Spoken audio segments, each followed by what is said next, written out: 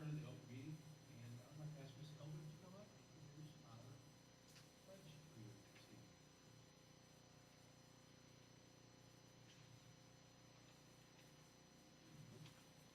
Good evening. Our Willow Springs Middle School pledge leader tonight is 8th grade student Cruz Casares. Cruz was nominated for this role because he displays our Lovejoy school spirit on a daily basis. He does this by encouraging and lifting up students and staff around him. He enjoys gaming, learning how to be a DJ, and makes an effort every day to show respect and positivity to his classmates. We're very proud of you, Cruz. Thank you.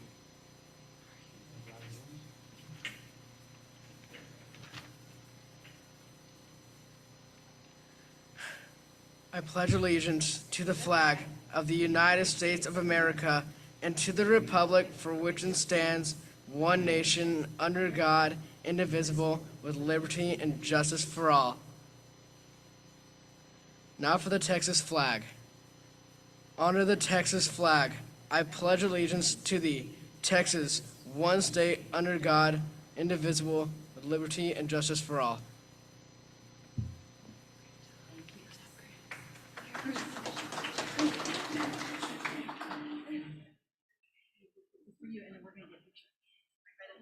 You're in the middle.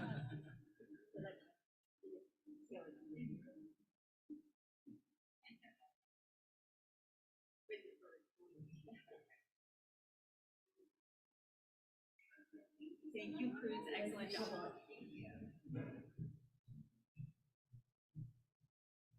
All right. Thank you very much for the pledge, sir. Next up tonight, our understanding recognitions.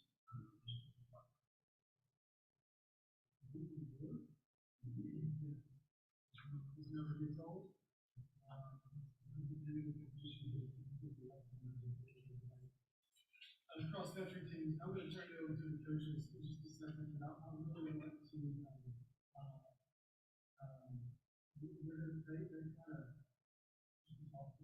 rightfully so. We want to make sure that our kids get all the credit that they deserve, but I think our coaches deserve a lot of credit as well. You know, we can sit here and talk about all the statistics that the girls are 3-time state champions.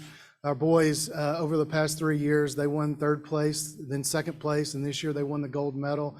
Our girls have won the state championship 5 times. Our boys 4 times, and we're one of only 4 state schools in the state of Texas whose boys and girls teams have won the state championship in the same year in multiple years, and that says a lot. But I think Carly and Logan would agree with me that this state championship in cross country is not a 1-year journey. That these kids start off running years over the course of many years, and they build a program. This is not a yearly something that we can celebrate for 1 year. This is a program that they've built, and that many of these kids have started since they were in 7th grade with us at Willow Springs Middle School.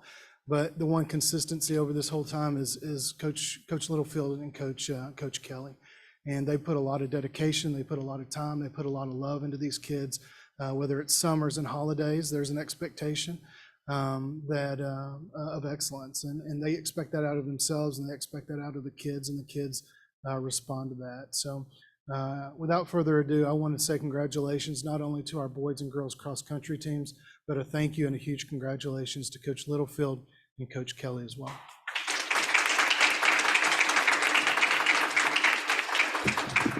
All right, I'm going to call your names and just come forward. Peyton Benson, she is a senior this year.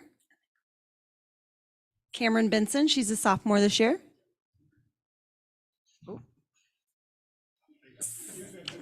Bridget Bernal, she is a sophomore this year. Kaylee Littlefield, she's a senior this year. Campbell Lester is a junior. Kaylee Martin is a sophomore. And Sarah Moorfield is a senior.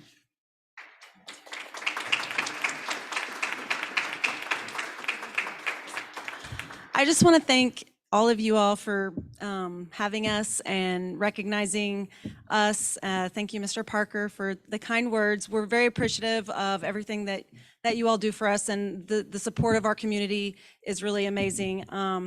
These girls, these guys, they work really, really hard. I could not be more proud. This is their third state championship in a row. These three seniors have really paved the way and done a great job since they were we high. So it's fun to see them have the success, and then also to kind of pass the torch to these sophomores and these juniors. And we're excited to see what we can continue. And just super proud of you girls. Love you, and thank you all for having us. We appreciate it.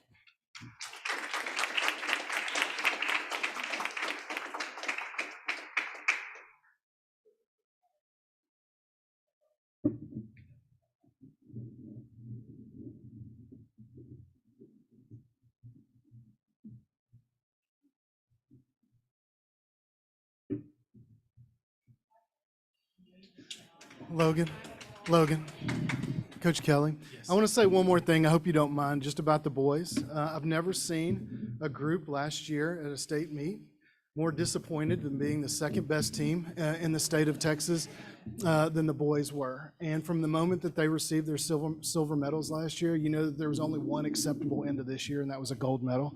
And so that's hard to accomplish when that's your expectation and that's your goal. So kudos to you guys for setting the bar that high and then achieving that. So. Yes, thank you. I'm going to introduce our boys team. First off, we have Henry Binion. Next, we have Will Carlson. Next, we have Caden Gary, Devin Moena, Joey Reed, Aaron Wimbish, and Nick Yared.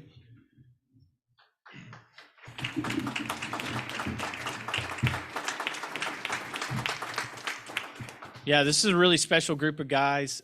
This is by far the best boys team that we've ever had, just depth-wise. There's a lot of guys that are not here tonight that have really contributed to our team's success, and something that we really take pride in. You know, cross country is an individual sport technically, but we as a program, we really approach it with a team approach, a team mindset, and it's really evident. It's just so much sweeter when you can win things as a team, and we can do things together, and it's just so much awesome that we're able to win both boys and girls this year. It's just been a super special year, something I'm not going to take for granted. And I know these young men and even these ladies over here are not going to take that for granted. So thank you all for your continued support, and super proud of you guys, and congrats on a great season.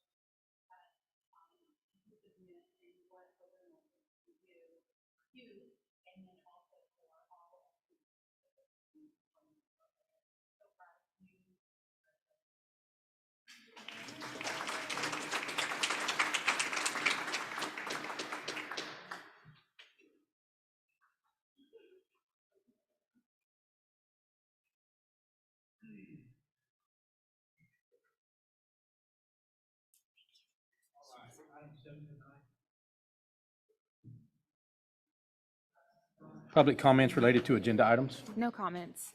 No public comments related to agenda items tonight.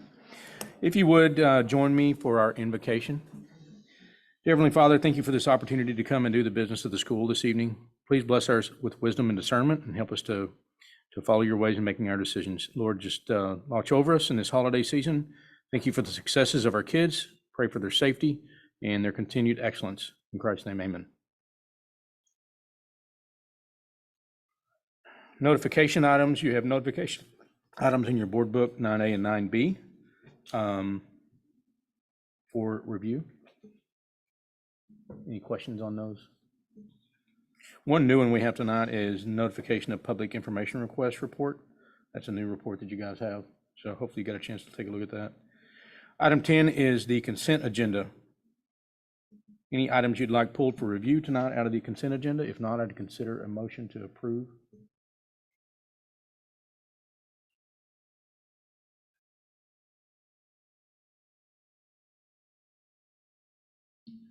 Move to approve the consent agenda. So move Jason James. Second. Second, Julie McLaughlin. All in favor? Aye. Opposed? Thank you. Item 11 tonight is our celebration of learning. Dr. Tinsley.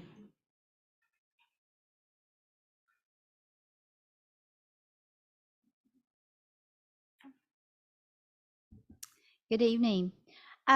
Tonight we are going to spotlight our school health programming and lift up the work of our school nurses. And I want to introduce Stephanie Krantz, who is our Director of Student Support. And this is an area that Stephanie has assumed some leadership roles this year of working directly with our school nurses in the programming, and has done an excellent job with coordinating and ensuring our nurses have what they need, information is disseminated appropriately, and is a great support. So I'm going to hand it over to Stephanie so she can spotlight and lift up some of the work that we're doing.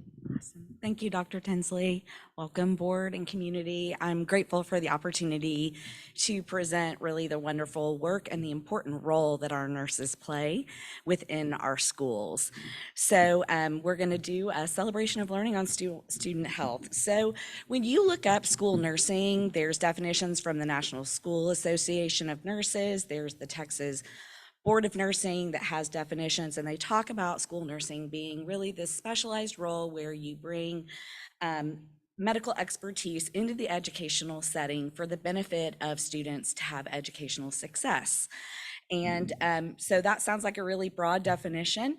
And really, if you've been in schools, you know our clinics are super busy places to be. And that is just a sliver of what our nurses actually do. So these are kind of some of the big chunks that I've broken out just to talk about what our school nurses do. They're an important part of our staff training, emergency preparedness, immunizations, of course, clinic visits, medication.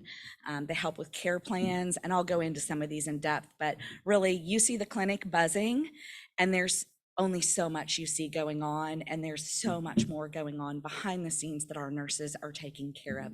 And that's really what I'm going to try to lift up tonight.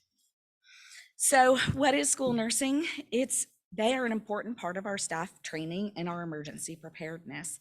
They support our life-saving measures on campuses. They train our staff on AED device use. They train our staff on EpiPen use and on the use of Narcan when we included that this year. So they make sure our staff has that information and knows how to respond in those emergency situations.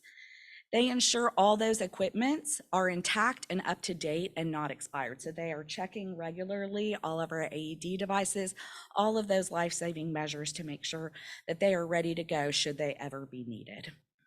They help train staff in specific medical conditions that our students have and how to support the student. So they might do a level 1 training where it's general information about seizures or diabetes or anaphylaxis, but then they're going to come back and they might do very specific training on a student where they've taken the medical information from a doctor and they help kind of put it into lay terms so that the individuals on the campus who are interacting with that student know those students' needs and how to meet those needs within the educational setting. So they are a really valuable part of our staff training in emergency preparedness. The second bubble is immunizations, and you probably have some awareness of this if you get a reminder that an immunization is due or if you get a delinquency. Really, what they're doing is they are helping us to ensure compliance with public health. So we don't set the rules on how the immunizations that students have to come to school. Really, the State Department of Health does that, and then our nurses ensure that we're meeting those requirements. So they review and they enter immunization records for all of our new students who are coming into the district to make sure they're in compliance. And they have that communication with parents to let them know if their student is delinquent and try to help get parent resources if needed to get the student back to learning as soon as possible. They can also just serve as a resource to our campus administrators if they're unsure on the immunization requirements that we have to follow from the state health department. So what is school nursing? It's also clinic visits and medication. So I pulled some data points. Our campuses average over 3,200 clinic visits per year, almost 5,000 logged alone at Lovejoy High School. That means 5,000 visits to the clinic at Lovejoy High School by a student who had some type of medical need, a medication, something that they went to the nurse for. That is a lot of activity in a clinic. So it could be administering daily medications, episodic medications. If a student goes and they are still finishing their antibiotics and one has to be given at lunchtime, our nurses will make sure that those medications are given in a timely manner. They triage student injuries. They will help manage student conditions.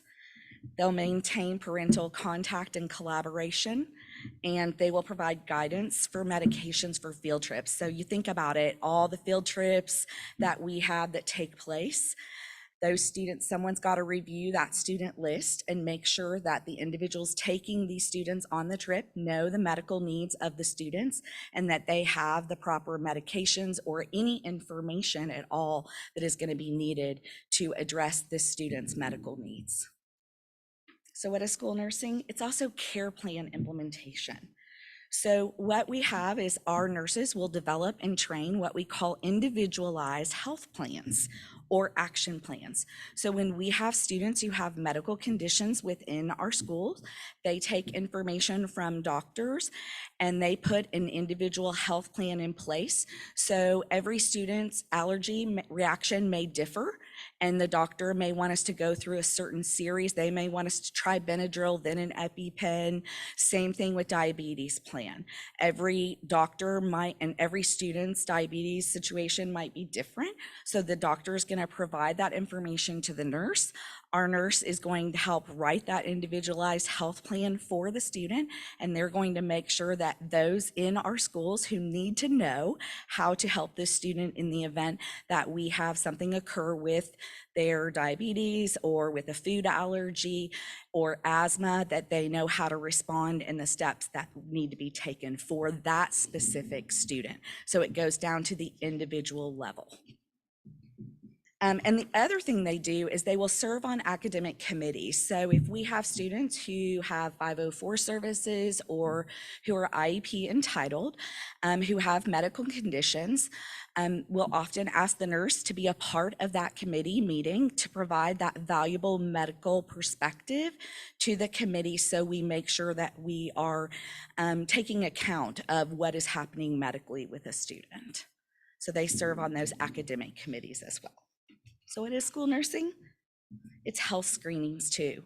It's making sure on the preventative side that we've looked and we've checked hearing and vision. These are the required screenings from the state, all first, third, fifth, and seventh graders. And anytime first entrants to public schools in Texas have to have their hearing and vision screened within the first 120 days. We want to try to find students who are having those problems and get those problems addressed, because those can directly impact a student's learning. And any student who is, if they're experiencing a lack of academic progress, we might have our nurses go do a hearing and vision check just to make sure there's nothing going on with that, so that we could get a vision correction or a further hearing testing as needed. We also are required to do spinal screenings for our girls in 5th and 7th grade and our boys in 8th grade. And then the other screening that we are required to do is the Texas Risk Assessment for Type 2 diabetes. And that occurs at 1st, 3rd, 5th, and 7th grade. So they kind of combine these screenings together. So these are part of our preventative public health program in the state that really school nurses help to implement. We try to locate students who are having any of these issues, and we try to get them the medical care and attention that they might need so that it could be addressed so that they're at their very best in the school environment. So what is school nursing? It's really all of these things. The words on this page, I have some parents. I'm not going to share their names just for anonymity's sake, but I'm going to talk a little bit about what these parents shared about school nursing and what it really means to them. So this one talks about our nurse at Sloan Creek, and she was so kind and professional. No matter what medical situation was presented by her patients, she calmly addressed the issues with a smile and an efficient medical response. This same parent talks about how one of our nurses helped to identify a concussion on her son, and really encouraged that taking to the student to the ER. So our nurses bring their medical expertise, evaluate that situation, and provide that expertise to our parents so that they can take the appropriate follow-up action. So it's expertise, it's peace of mind. It's this one says, I'm so grateful to our nurses. They thrive in caring for our children and are always available when needed. Being a mother to a child with diabetes can be challenging and worrisome at times. Our Lovejoy nurses always make me feel more at ease, knowing that they are there and that they go the extra mile. All the love for our Lovejoy nurses. It's just, this one says, I cannot thank someone enough for taking care of my child in a school setting, and that's from a parent who has a child with a feeding tube. This one is, says, my daughter could not have successfully made it through middle school without the help of our nurse. We will be forever indebted for her compassion and care towards our daughter during some of her most difficult days. Our child has many health conditions that often make leaving the house pretty difficult.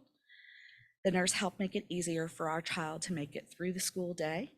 I just can't imagine how different her middle school experience would have gone without that help. And we are so grateful to have a nurse who was there to ensure our child was being cared for and advocated for. This one talks about a student who had a knee surgery the first day of school, and the nurse was so understanding and helped get information to the teachers and the coaches, and made sure that that student was checked on and that the parent had information to follow up. This one talks about one of our nurses who was able to respond to a severe peanut reaction in one of our schools, and kept calm and cool and addressed the situation, provided Benadryl, EpiPen, had an ambulance called, and addressed the emergency situation so that that child could get all the life-saving measures that they needed because they were in the middle of an anaphylaxis response. The same family shared how they had a child who was bitten by a dog in the neighborhood, had nothing to do with school, but the nurse checked on the bite and said, I think you need to go to the pediatrician to have a look at it. This one talks about another that just is a diabetic, and they had no idea when they entered school how important a school nurse would be to them until their child was diagnosed with diabetes in the 2nd grade. And they then value and saw how important it was to have that medical professional on our staff And she says, we shall remain thankful to Lovejoy ISD for understanding the integral nature of offering competent and caring nursing support to our entire student body. So really, what is school nursing? It's these amazing ladies right now. They are the nurses that serve our campuses. So we have Elaine Sexton, Tammy Mitchell, Jen Slink, Jennifer Bussey, Tiffany Glover, and Amy Dresser. And I'm grateful for the opportunity to support them. And I just really believe that they do have a direct impact on our students' success in our schools by keeping our students healthy and well, and ensuring that they are in the best possible place to be ready to learn and accomplish everything that we want them to. So thank you so much for sharing, allowing me to share. Yeah.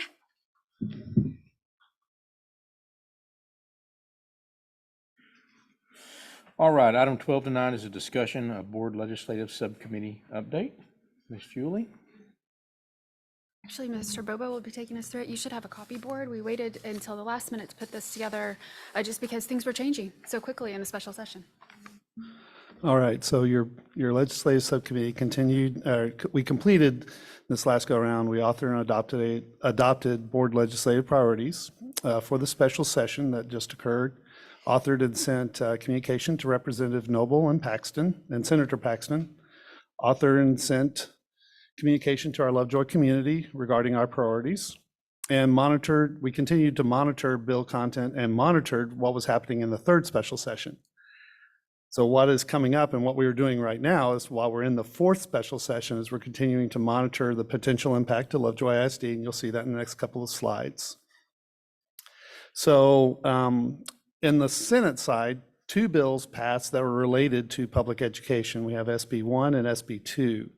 There's a lot of content in each of those bills, but a couple of things to pull out is that SB 1 is solely concentrated on the education savings accounts, and that is to provide $500 million in funding, $8,000 per student for private school tuition and related expenses, like uniforms and textbooks. It also provides $1,000 for homeschool students, and it's overseen by the Comptroller's Office. And the idea is that they would oversee this and cost the program no more than $40 million in fees. There's limited participation. It's kind of complicated how the participation works, but that's kind of listed there on that screen. I'll not go through all of those details. And of course, ESAs use public funds for private schools and ultimately reduces funding for Texas public schools. That bill was heard and passed fairly quickly, and it was referred to the House Select Committee on Education, Opportunity, and Enrichment, which is not long name for the Education Committee, and it has not been scheduled in a hearing at this time. So it's kind of in limbo. SB 2 was the public education funding portion of their bills that passed. And this increases the basic allotment by $75 per student. It would be nice if it were $1,000 per student, because that would actually make up for the inflationary pressure that we have on schools today. But that's not the case. It's $75 per student. It does provide a nice one-time teacher retention bonus of $10,000 per teacher in districts with fewer than 5,000 students, which is kind of nice. That would apply to Lovejoy. It increases the school safety allotment from $10 per student to $20 per student, and an increase per campus from 15 to 30,000. Now, that still does not cover the original cost of the HB 3 that passed in the regular session, but that would be obviously a great benefit. Again, that passed. It's been referred to the House Select Committee on Education and Opportunity.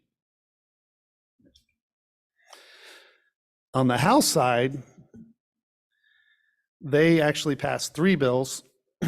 Excuse me, they didn't pass 3. They debated 3 bills. 2 of those bills passed. HB 1 was debated on the floor just recently, and you may have heard some information about that, but that was the bill. So on the Senate side, they had 2 separate bills for both ESA and public education funding. In the House side, they actually put that together in one large omnibus bill. And so it included $10,000, $10,500 per student and $1,000 for homeschool students to offset the cost of educations through an education savings account, again, administered in a similar way. The basic allotment was increased, so remember, it includes public funding. So the basic allotment was increased from $6,160 to $6,700. Again, still far short of the $1,000 that would need to account for inflation. It also had a one-time teacher retention bonus of $4,000 that converted into salary. And a nice thing about this is that it would include increases to the basic allotment to account for that teacher compensation. It did improve the residency program and raises the TIA between $3,000 to $30,000 and $36,000. It's a wide range there, but it's a little bit fuzzy in what that language is. It also includes a $750 million investment in special education funding, which is nice. That bill was debated on the floor, and an amendment was applied to the bill almost pretty quickly, and that was an amendment to remove the ESA funding portion of that bill. And that bill passed 84 to 63. Again, some Republican House members joined other Democratic House members to approve that amendment, which then removed the ESA funding. And at Buckley's request, who's the chairman of the Education Committee, he asked that bill be referred back to his committee. It was also heard, I'm not saying that this is necessarily the case, but it was mentioned that he probably would not schedule it into the committee. So this bill may be dead. The other two bills were House Bill 2 and House Joint Resolution 1. And that's related to school safety. And so what they do with this one is, remember, there was school safety allotment passed in the regular session.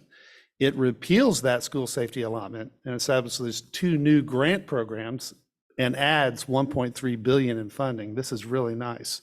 So instead of having an allotment, you're actually a defined allotment, you're actually going through applying for grants. And there's 2 of them, the School Safety Grant Program and the School Safety Plan Implementation Grant Program.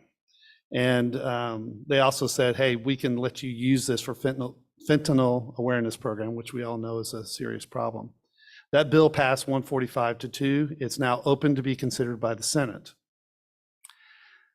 Related to House Bill 2 is House Joint Resolution 1, which is a constitutional amendment that would create the fund to support HB 2. So it's a little bit more complicated. Again, here are our representatives. We have Senator Angela Paxton and Representative Candy Noble.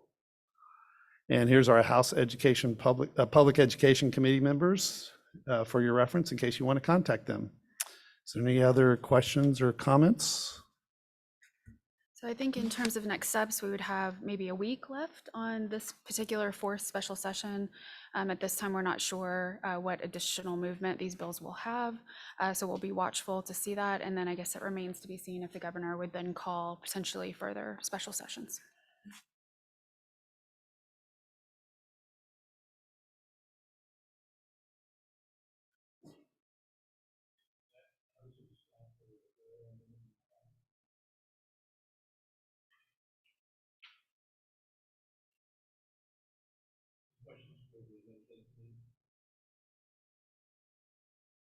One question.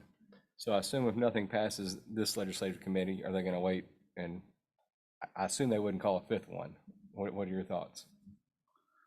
Well, the governor has specifically said that he's going to continue to call sessions until this particular issue passes. Now, whether or not it will pass or not is a different story. I will say this, that it's about 21 Republicans that joined other members of the House to approve the amendment to defeat ESAs. That's actually down a little bit from the original 24. So don't know if it's working or not, but I will say this, a lot of people have really been very vocal about their support or non-support of vouchers or ESAs. And so I'm not sure if he does what he says he's going to do, yeah, we're probably going to see more special sessions. Thank you for the update. Item 13 tonight is the state A through F accountability presentation update. Yes, I'm going to have Mary Mullen come up. She is our Director of Secondary Education and Assessment and Accountability, and she's going to help assist with co-presenting this presentation. I've been bringing forth just the information about the delays in the state A through F accountability. Normally we receive our ratings in August, and we are at a point we have still not received our ratings, and we want to kind of give you some background on where the state is right now with the accountability ratings. So just a reminder that we were notified in September that there would be a delay. This was after we had not received our ratings in August, and that there would also be a delay with the accountability manual. And some of this was kind of due really to revising the goals and basing this on, they had previously proposed an average of the 2019 and 2022 data, which they did not end up doing. And the why with this was just because of the inconsistency with the data. Also, during this time, there were numerous districts that sued Texas Education Agency because of the proposals that were coming forward with the way that the ratings were going to be redesigned in districts. So there was a temporary injunction order put forth that is now in place. And so basically what we're hearing is that they will not be issuing accountability ratings until another order is issued by the court. So Mary is going to share some more information about, the manual was released recently, and then we also have gotten some data from the state that we wanted to make you aware of. Yes, so immediately after the filings and the ruling came out, then the accountability manual was posted for 2023. And in that manual, it does give methodologies, the new methodologies for calculating performance and accounting ratings. But as a reminder, even though the manual is out, the issuance of ratings are not released and won't be released until a final rule that is pending currently or subject to change based on judicial ruling or decisions from the 80th legislature during that specially called session. So just a reminder, even though the manual's out and we received raw scores, we still do not have a grading or any type of scale score. The manual does include designations under federal accountability for RDA. And this is something new this year. Slowly, the state wants to integrate RDA into accountability. And the first step is to really embed that RDA manual in with the accountability manual. So in response to the judicial impact, the state did release what they're calling what-if ratings, and also some underlying data that's used to calculate ratings based on the new methodologies posted in the 23 manual. I'll start with the what-if ratings. What they did was they took the scores from the spring of 2023 and the new methodology that's posted in the manual and calculated what our accountability ratings would be using the new method on the old data, and said, this is what would have happened if this new methodology was in place back in the spring of 2022. That's the best way to say that. So they released that information on in the beginning of November to districts, and they are basically, it's new methods on old data, and it doesn't replace the official ratings that came out in 22. They just want districts to see what would have happened if the new methodologies were used. The second report that came out on November the 14th really were our raw scores. So if you think of accountability, there's two pieces to it. One piece is the calculation of raw scores, and that's what's been released to us, our performance. And the second piece is really the scaling then of the raw scores, and that's where the grades come in. And they take the raw score, sometimes they call it a component score, and they scale it to what they feel would be a more appropriate level for the public to be able to interpret how school districts did. So again, this is all based on the new methodology in the 23 accountability manual. And again, the issuance of the A through F ratings under the final rule is still pending, even though this new report came out on the 14th. That really means nothing until the final ruling is put out. So I just want to reiterate and be very careful that everybody knows that we have a manual. We have some what if things that were posted to us and the districts to use. I should say reports, not things. But it's still, nothing is final until the final ruling is made in order, or it goes to trial and an order comes down in February. So as a district, what we are doing, that's the importance of our balanced assessment plan, because this is lagging data anyway that we were receiving. So with the balanced assessment plan, we have our formative assessments that are just where teachers are doing checking regularly, where that might be just a quick check for understanding, quick quizzes.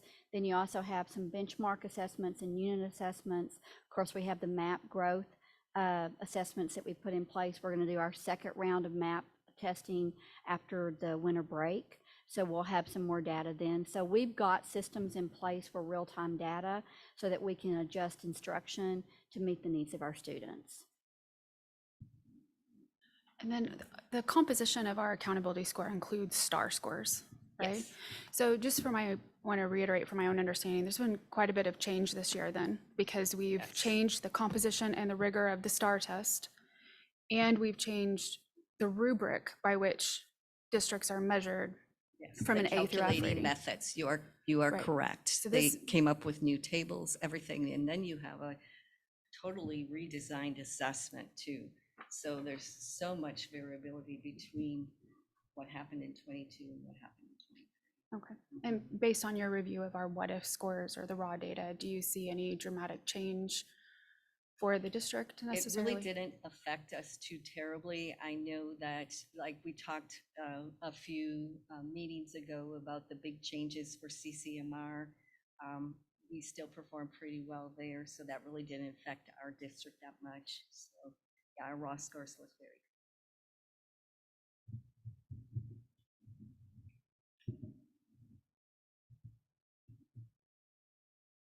Other questions for Ms. Mullen or Ms. Tinsley? Thank you very much. I guess one quick one. So I guess some schools are suing the TEA to stop this because I guess it negatively affected them.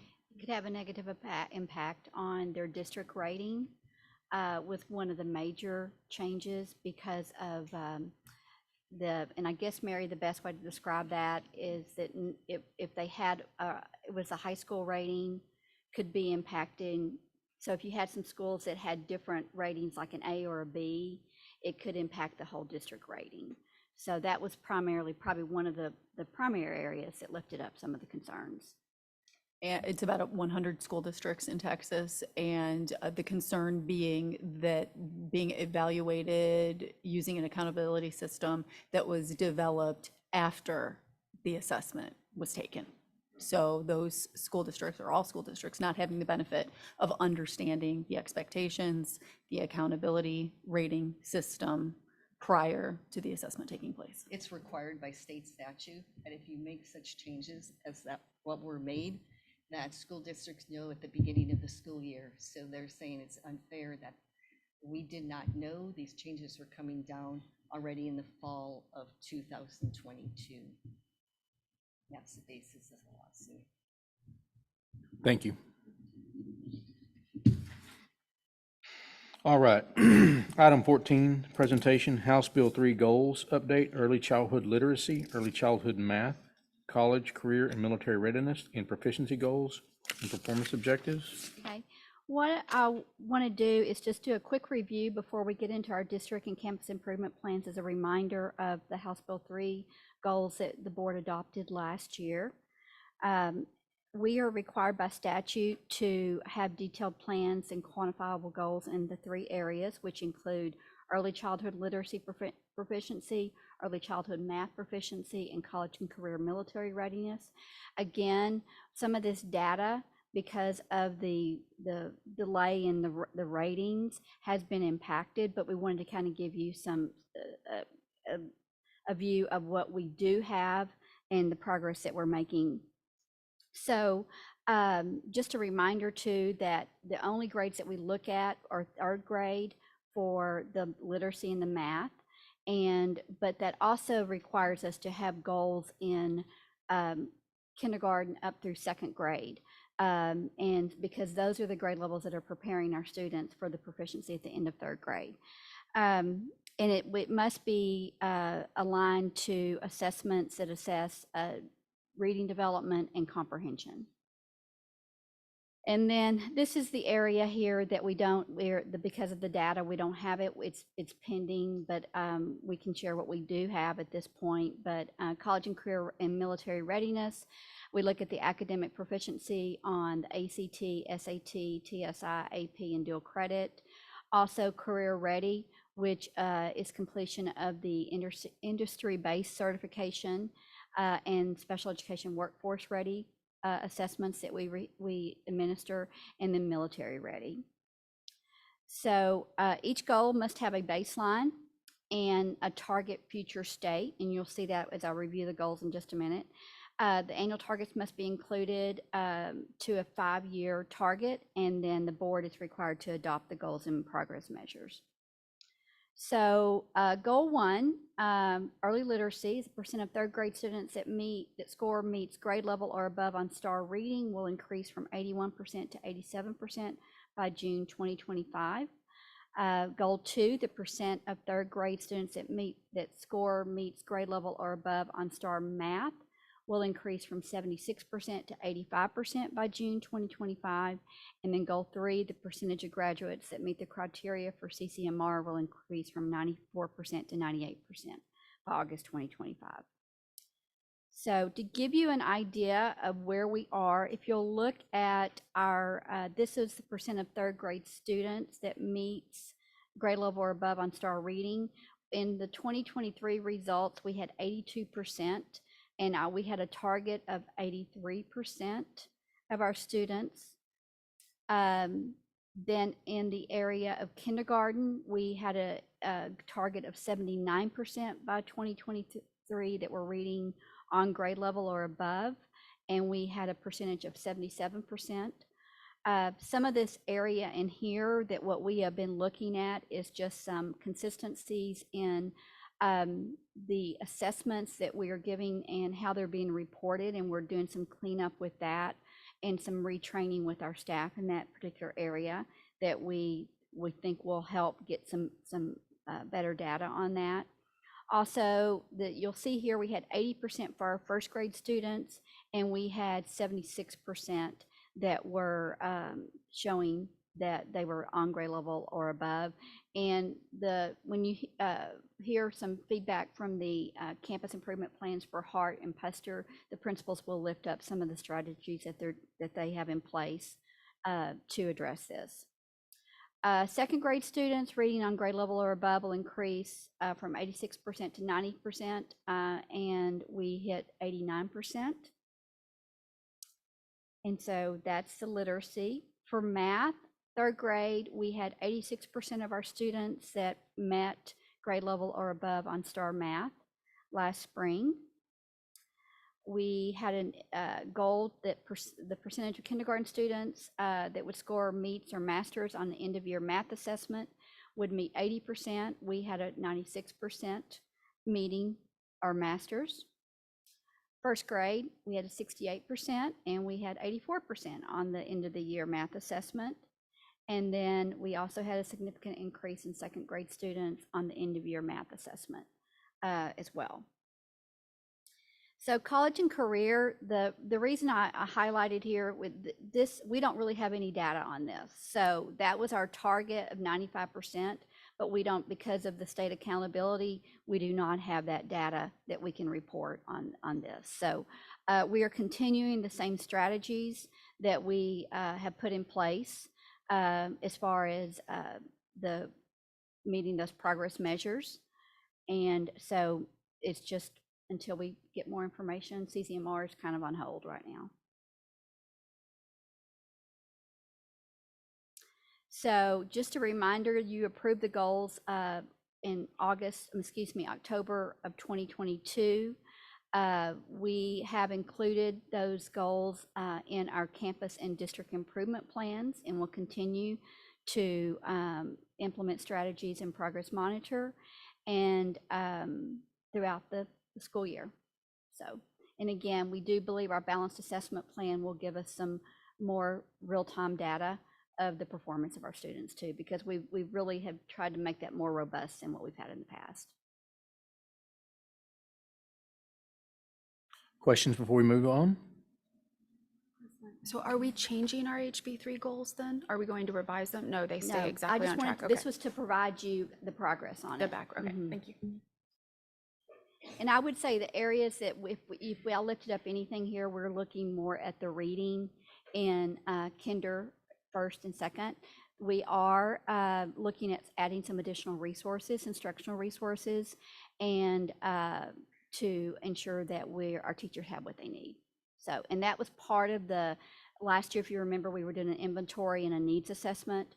And so we feel like that what we've added this year, and we're also looking at some other tools that we do think will enhance that. And as a reminder too, we have the MTSS leads on the campuses now, on both of those campuses, that are providing tier 3 interventions for our students that are struggling readers.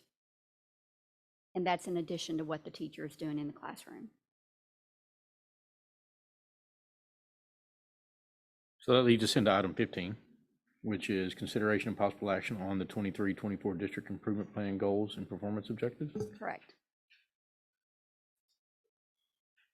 So we are required annually to present this to the board for approval. I just want to go through and remind you what the role of the district improvement team is and how the plan is developed. It is under Texas Education Code that there is a planning and decision-making process. We have a district level planning and decision-making process, and then also campus planning and site-based decision-making, and that is board policy BQA and BQB that outlines that. The purpose is to have a collaborative approach to improve student achievement outcomes for all students, and the committee serve in an advisory role to enhance the learning environment for our LISD students. The teams are comprised of representatives from district, campus, administrators, teachers, parents, students, business representatives, and community leaders. And these committees develop the plans and approve, make the recommendation to bring it forward to the board. So what I'm going to share with you in just a minute are the goals and the performance objectives that have been reviewed and proposed from the committee. So the makeup of the district and campus improvement team's composition, 2/3 must be teachers. We have parent representatives, we have business representatives, community members, and district staff. And again, that is all outlined in policy BQA and BQB. The roles is that they serve in an advisory capacity, as I mentioned, looking at planning.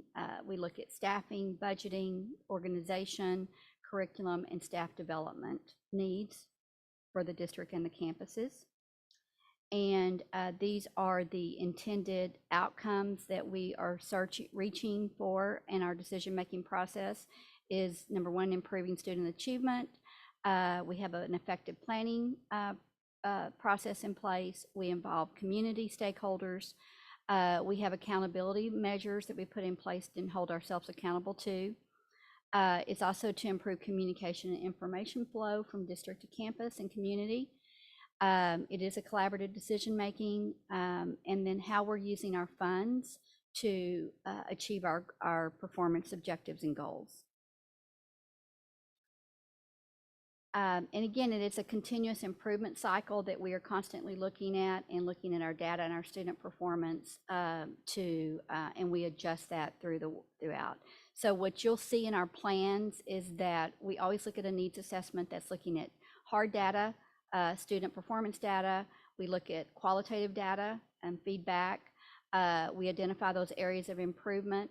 We do take our goals that are driven by the five board goals that are adopted by you, and those are what we work with under here in Lovejoy. And I think it provides great alignment for us from the board all the way down to the campus level.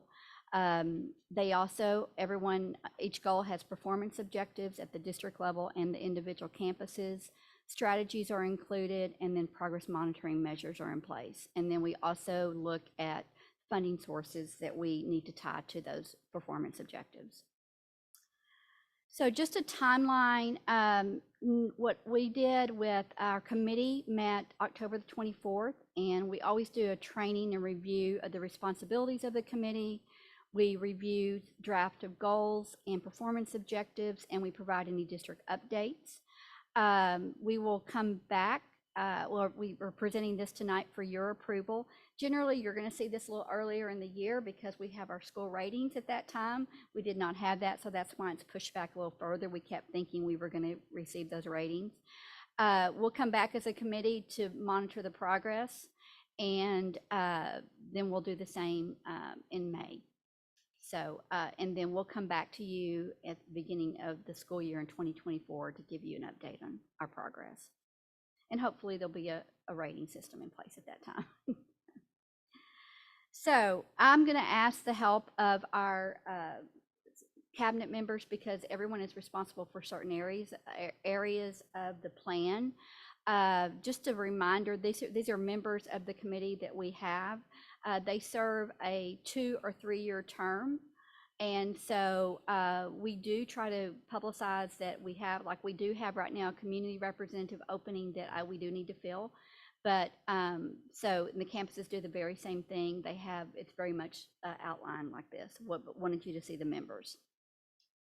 So goal 1 is academics, which is the board goal about student achievement. And I'm not going to go over all of the performance objectives. If you have questions, I'm happy to answer any of those, but I want to lift up a couple here. Of course, we are required to include House Bill 3 goals that I just went over, and that is performance objective 1 and performance objective 2. And we did lift up social studies. That is an area that our student performance has been lagging. And so we did keep that in as a performance objective to continue to work on and increase student achievement in that area. I want to lift up on the next page is the balanced assessment plan. So we did want to ensure that this was an area that we were working on to support our campuses in. And you'll see that embedded through our professional learning communities framework. That's what we do, the way that we look at assessment, because that drives decision making on what goes on in our classrooms. And then, of course, our daily attendance. We've got to have kids in school in order to serve them. So that's goal 1. So before I move into goal 2, does anyone have any questions about any of the performance objectives that we are proposing for goal 1? Okay. Good evening, everyone. Of course, goal 2 is culture and that legacy of excellence. And we know how important culture is in any organization, any our district. That's the values, the beliefs, those attitudes and behaviors that we all practice. And as we see, as we recognize kids and staff, it's obvious how important that is into our district, and just being here and the success of kids that we've had this past month or so is very exciting. But also looking at staff members, some of the performance objectives that we focused on, and if you remember, this plan was created with with everyone, all stakeholders. It talks about create feedback loops between staff and HR to engage in collaboration for a continuous improvement. That's super important for us. So we are trying to do everything we can. We're trying to be approachable. We're visible. We're doing stay interviews this year. All the cabinet members and our principals are checking in with new staff every month, making sure what you need, how can we help you, what can we do to help support that legacy of excellence there. And also being on campus, getting feedback for administrators and principals, but and as I said, doing like our school and team huddles where we're visiting campus, sharing what's going on in the district and providing feedback there is something. I'm going to, there's another one that we're highly focused on, performance objective 3, and I'm going to talk about that a little bit later in my cabinet update. I'm going to go into a little bit more details there, but something else that is super important is retaining our staff, but also being very intentional and getting great talent here. And that's something that is a high priority on our list because we know it's a competitive market and we want to get the best of the best. We want to get someone that fits into what we believe in. So we are very focused on networking, making connections with professionals, people that we can recruit and also keep here. We're very intentional with what career fairs we go to, what we need, input from our principals of what they need on their campuses to perform those teams that we can do to support our staff. And also just some easy things that, and I'll talk a little bit about those later, but just making sure and checking back with staff through surveys for supportive staff and our customer satisfaction, employee satisfaction ratings are real important with us. So goal 2 basically is all about culture and HR. Questions for me?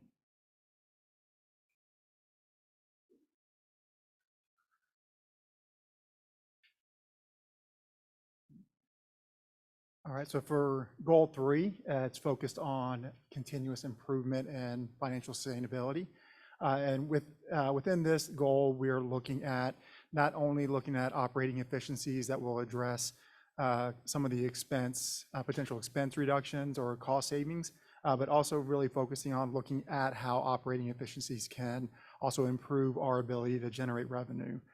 So for instance, this year, Mr. Parker has worked really hard and implemented an online platform that allows us to book facility rentals. So the efficiencies of moving this to online allows us to create transparency that allows different entities and individuals to see what spaces we do have availability, which brings in more potential rental income. But then we're also looking at operating efficiencies within our business service team, looking at how we manage our accounts payable and our accounts receivable.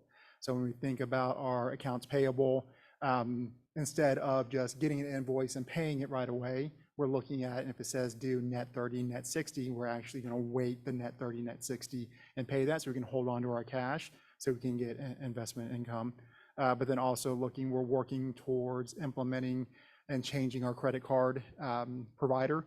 Our current credit card provider does not look at or does not offer up rebates or cash back. And what we're looking at is implementing a new credit card that will allow for revenue generation and getting that cash back.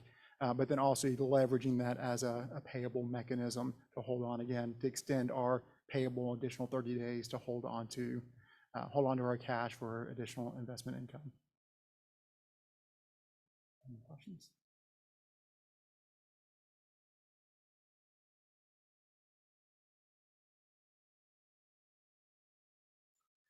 I'm going to visit just a second about goal number 4, which is parent-community partnership. And I think one of the things that we can all agree upon over the last few years since Ms. Cordell has become superintendent is just the increased transparency that we've had with the district, the communication that we've had with our community.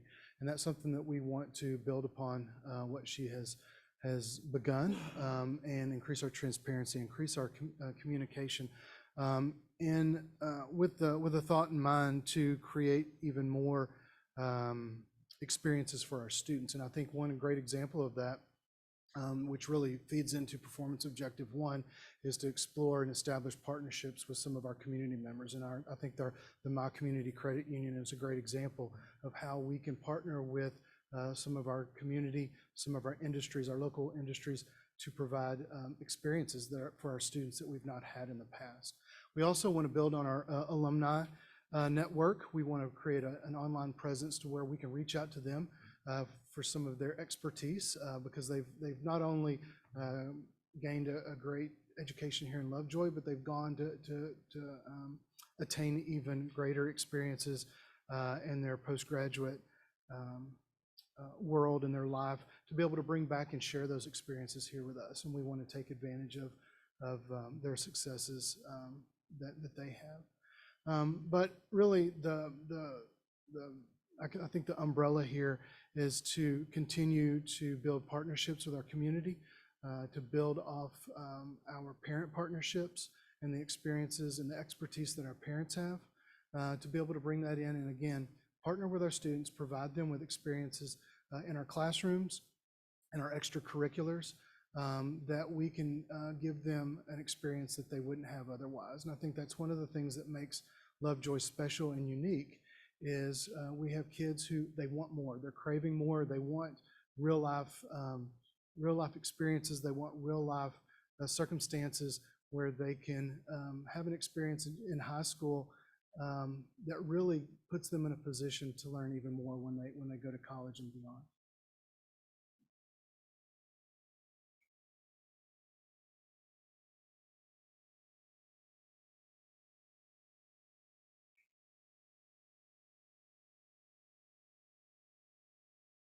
Good evening. So if you look at goal number 5, safety and security, I'm just going to hit on a couple of areas that I think you and the community, along with our school district, will see echoed throughout, both prior to this school year, during this school year, and we'll continue to see moving forward. And that is the constant moving the ball forward of looking at ways that we can continue to grow and be stronger in the area of safety and security, specifically at the campus level. And that's done through training, through exercising, through communication, and then also through building those relationships with first responders and internally with our school marshal program. So if you look through each of those performance objectives, you're going to see that those are all intertwined and they hit each of those areas. And I would be happy to answer any questions that you have on the goal or the performance objectives.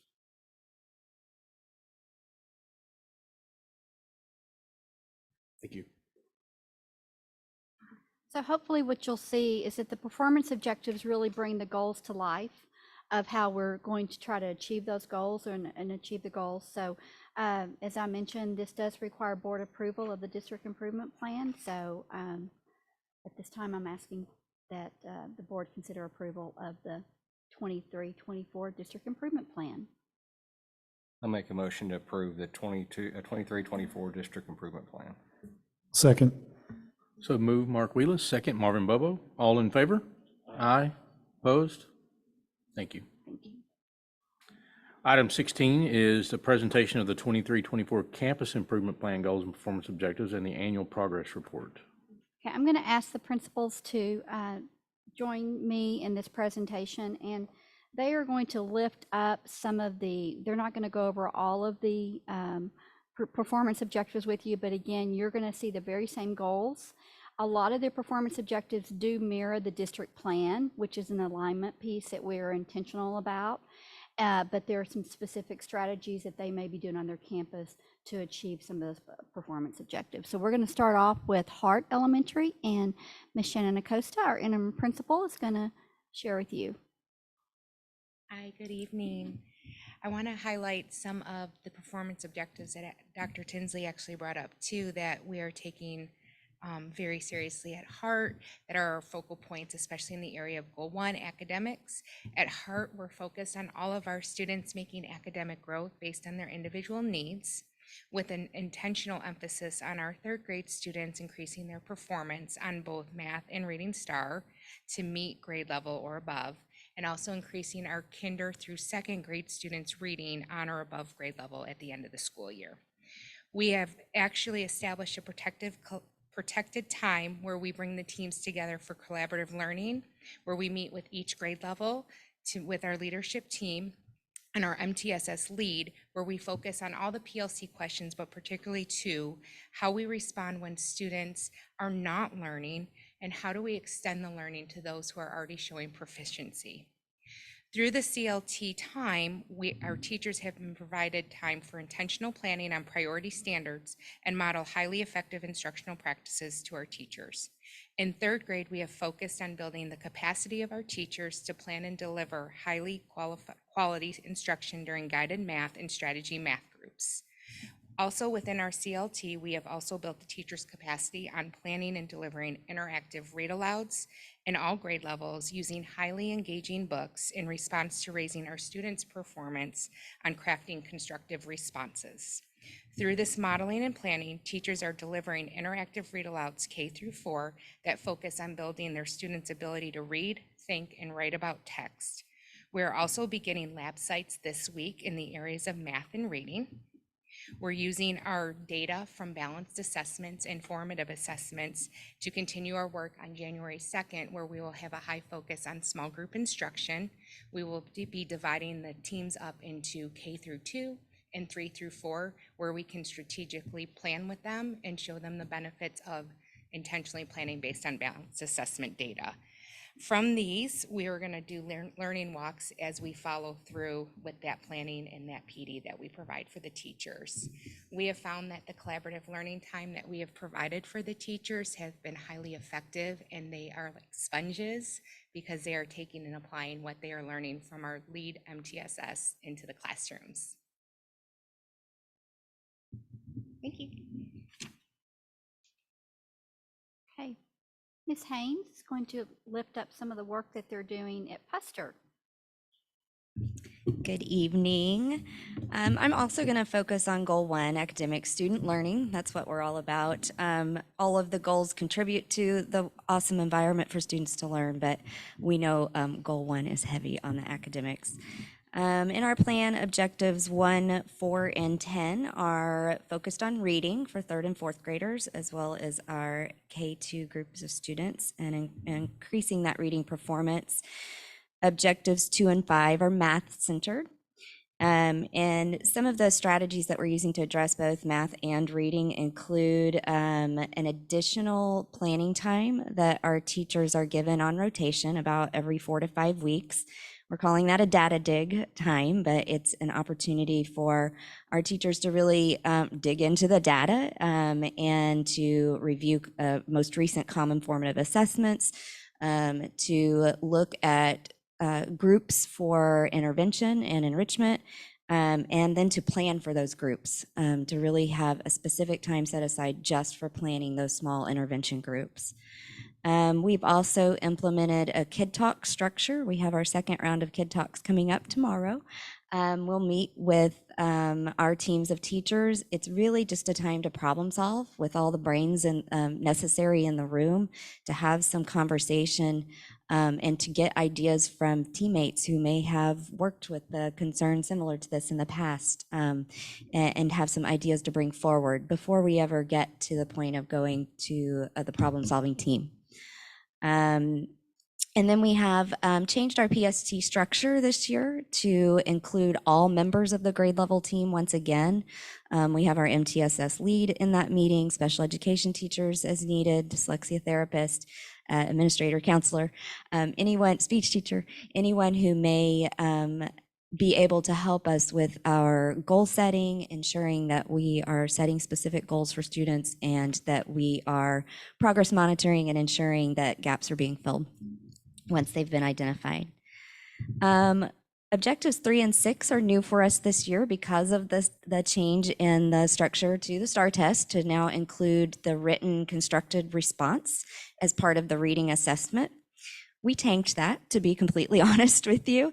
That's not just a Puster issue, that's a Texas issue, but we're not happy with our results on that specific part of the test. And so you'll see goals there. We know that this is not a problem solved in just 3rd and 4th grade. It's a K4, something that needs to be addressed K4. Right now, what we've identified as areas that our students struggled with is typing skills, is one of them. And so we know we need to shore up those typing skills sooner than third grade. We don't want an inability to be familiar with a keyboard to keep our students from showing what they know. We also have every grade level has a grade level writing goal that they are progress monitoring as a part of our T-test appraisal tool, and we see that that is vertically aligned across the campus. Goal 7 has to do with our emergent bilingual learners, so our students acquiring English. It's a very small pocket of students on our campus, about 18 students right now. However, we are not meeting the target in academics with that particular subpopulation on our campus. And so that is an area of focus, and our teachers are implementing great strategies, but we need to be more conscientious about targeting that particular group. And we're doing so through some kind of mini trainings on campus around language acquisition strategies for teaching, as well as ensuring that we are using those specific strategies during leopard time enrichment and targeting that group of students. And then Objective 8 has to do with increasing academic performance of our students in special education. That is also an area where we are not satisfied with our performance currently. We are in the second year of implementing the co-teach model. It's not perfect. We're still refining what that looks like and improving. However, we are seeing that our students in special education are in the classroom more when maybe they would have been pulled out in a resource small group. Therefore, they have more access to the grade level content and grade level curriculum and more time with their peers. It really looks like a teacher could see a small group that needs to be pulled quickly to the back. I'm going to pull them, shore up what we were just working on, and they jump right back in with their peers. So we are we're anxious to see what our data looks like as a result of implementing this model. Ensuring that our special education teachers have planning time with the general education teachers. And then we have strategically implemented a second leopard time in our master schedule. And what that does is allow our students who do receive pull-out services to still have yet another opportunity at some point in the day to receive that tier 2 instruction with the teacher in the classroom, which in the past, if students were pulled, they were pulled during leopard time, and that was their one chance, and they may not get that additional intervention support. And I think that's it. I think we're at the end of our goals. Thank you. Okay, Mrs. Rollins is going to give you some insight on the work that they're doing at Sloan. Thank you. Good evening. I too would like to start with a focus on the academic goal in our area of academic achievement. So you will notice that goal, performance objective number 1, is that pulled up? Has to do with the workshop model of instruction. It states that Sloan Creek Intermediate teachers, on that first slide, yeah, will implement a workshop model of instruction to ensure rigorous lessons, cooperative learning, small group targeted instruction, and high levels of learning for all students. That is a change, a mindset shift for some of our teachers who are kind of still used to that lecture model. But we know that research shows that this type of learning with that targeted small group instruction during every class period, not just during that leopard time that's set aside, having that small group or even one-on-one time with a teacher right there in the classroom is so beneficial. And we know that that performance objective is going to help us meet performance objectives 2 through 5, which are all based on increasing the levels of meets and masters on our STAR assessments. Performance objective 8 under the academic goal is another one that's going to help us meet those academic STAR goals, and that is that staff will be implementing multi-tiered systems of support for all students using our Branching Minds that is proving to be an amazing tool that's allowing us to target instruction, have it documented in a succinct place, and set goals for students to make sure that every single student is receiving the targeted instruction that they need and mastering every single standard that teachers are bringing forward. I would, in addition to the academics, I would like to just touch on goal 2, the culture and legacy of excellence. Performance objective 2 is around a growth mindset, specifically for our staff. We are introducing some new things this year, and there is, new leadership on campus and some changes being made. And so we are focused on that growth mindset and that, best today, better tomorrow. We will continue to improve and help all students achieve success.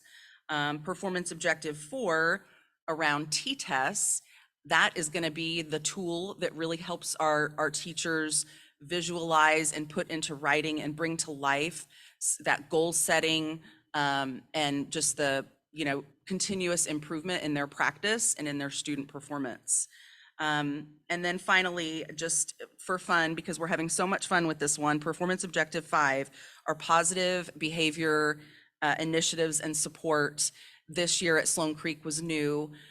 The PRIDE acronym, and having so much fun celebrating students and their successes in all of these areas.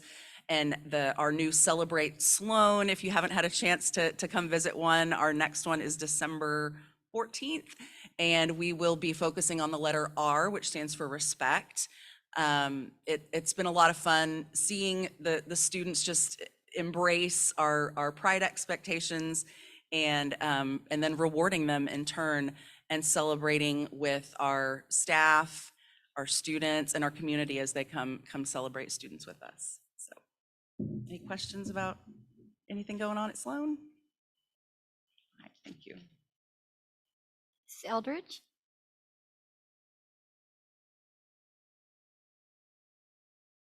Good evening. I'm really excited to lift up some of the great work of our campus improvement team.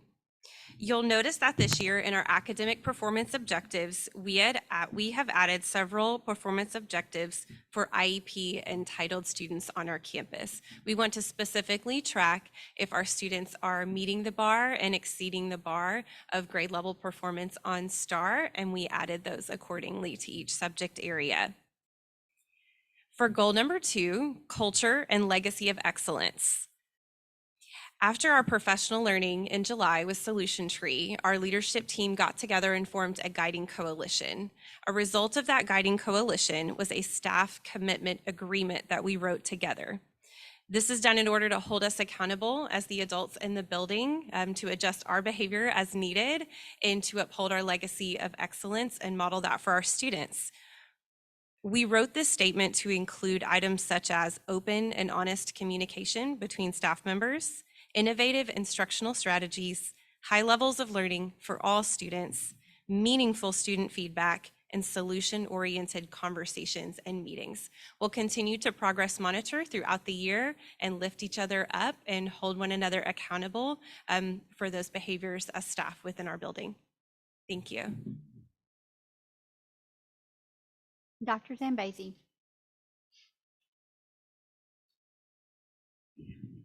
All right, going to go over a couple things for the high school. And one theme that I wanted to kind of point out from the start of this year directly relates to the PO, which is PO2 that I'm going to talk about under Goal 1 of academics. When you look at Coach Kelly in cross country, when you look at Coach Littlefield in cross country, and then when you look at Coach Puckett in state volleyball that we just won, they won because, they won the games and things like that. But underneath that is the really strong culture of what they built. And that directly relates to our high standards of being a professional learning community under Performance Objective 2 at Lovejoy High School.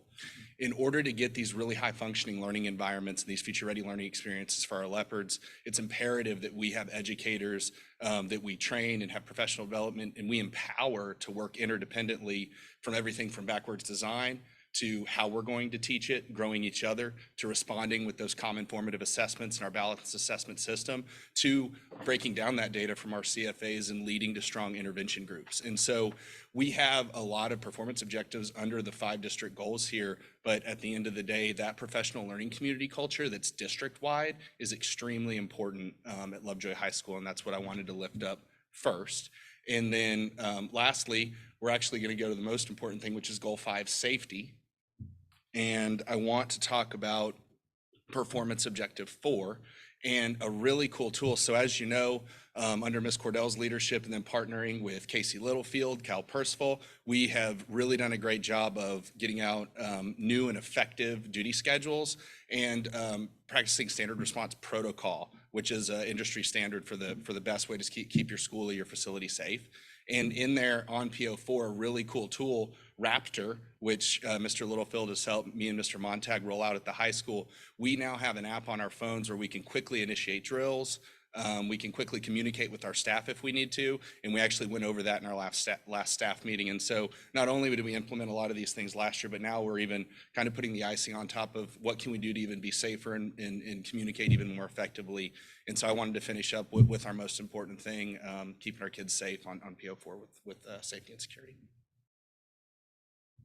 Thank you. Thank you. And I want to lift up the work of our principals in leading this on the campuses. You just got a little bit of a peek inside of what they're doing. I really want to commend them for the work that they have led. And there has been some change this year, and it's been, so to lead that and to see the results that we're already seeing, it's due to these 5 people back here in the back of the room. So thank you. Thank you very much. Any further questions over the presentation, board? Great job, thank you. I'm going to take a quick couple minutes here to run to the restroom.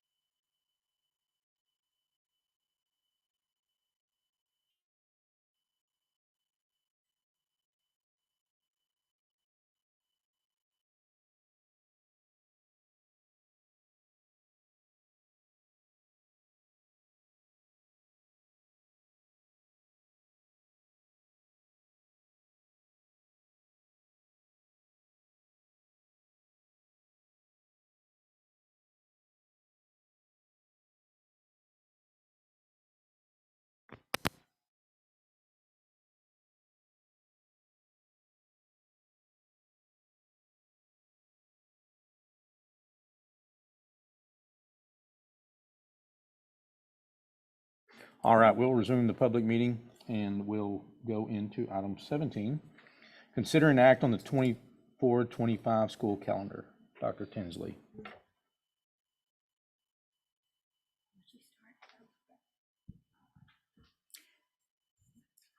Once again, we brought the calendar back and wanted to just review a little bit on how we develop the school calendar. Of course, the first thing we look at is instructional minutes. 75,600 instructional minutes, of course, is a requirement from the state. We also look at the start date and when other districts are starting, and thinking about that 45 days prior to the first day of instruction, which is that penalty phase that our teachers, they cannot resign 45 days from the first day of instruction. So we try to align that with other districts around us. And then looking at priorities, and this actually came up at the PTO council meeting, because there was a question about, it looks like we get out a week earlier in May, but that's because Memorial Day week, the Monday Memorial Day holiday is a week earlier, and we do graduation. So we have Kevin's actually the person that does that, but we have a contract with the Allen Event Center for that weekend for, several years for graduation, and it's that weekend. So it looks like we get out a week earlier in May, but we look at that. And we also look, because we have kids in dual credit, Collin County Community College, when is their spring break? Because this year for 2025, it's a little bit later. And so we want to line up with them. So if our kids, can get off at the same time and with those instructors there. And also we felt like this year, or this new calendar that we're introducing to y'all tonight, has a better, semesters are balanced, 80 days in one, 84 in another, which is more balancing, especially at the secondary level where you're teaching courses, and some may be a 1 semester course and not a full 2 semesters. And then also Lori's going to talk a little bit about giving feedback opportunities and where we shared this calendar with and who had given us some of those opportunities there.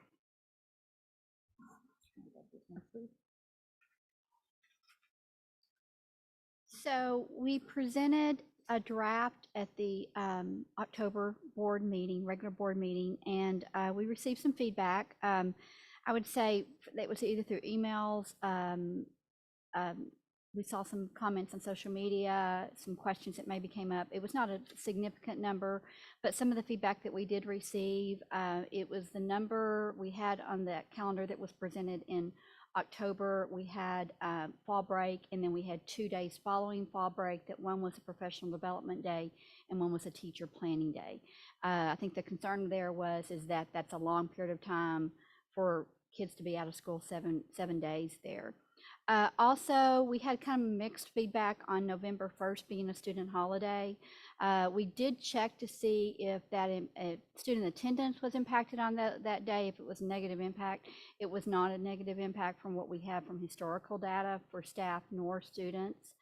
We received some feedback on minimizing the Friday student holidays during the fall semester, particularly when we have football games. And does that impact our attendance at these Friday night events? We did see some financial impact with that, with ticket sales on the days that kids were not in school and the attendance at those games. Also feedback on start school later, and as Anna pointed out, that we have to stay within a time frame to get the number of minutes, and then also being able to embed in school prior to Memorial Day. Some people said they didn't really see the need in fall break. Also some feedback that some student groups still had to come to practices during fall break or spring break for fine arts and athletics. And then a comment or two about considering a 4-day school week. So that's just a summary of some of the feedback that we received. So what we did, we looked at 3 calendar options. One was a calendar that was brought to you in October. And then there were 2 other options that we kind of adjusted based on some of the feedback that we received. We wanted to get it in front of some stakeholders. And so these were the groups that we did share the calendars for input on. Our district improvement team, because that represents staff, parents, and community and business leaders here in our district. We got it, of course, in front of our campus principals and our directors. Teacher Superintendent Council, which is a representation of staff, And then the Lovejoy PTO Council, this was the 3 options were presented at that time for feedback as well. So what you have there in front, you should have a copy of what we are recommending to approve for the 24-25 school calendar. And just to lift up some changes from the one that was shared, the draft that was shared in October in the October board meeting, is that we did change the 2 days in October that were the 21st and the 22nd as being a professional development day and a teacher planning day. We moved those. We moved one to November the 1st, which is a professional development day, and we moved the other one to November the 11th.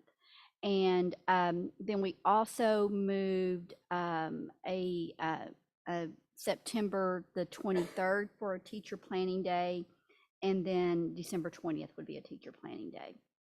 So we tried to look at, based on some of the feedback, where we had our student holidays. I think the area that we were struggling with during the fall semester is being able to avoid Fridays where students were not in school.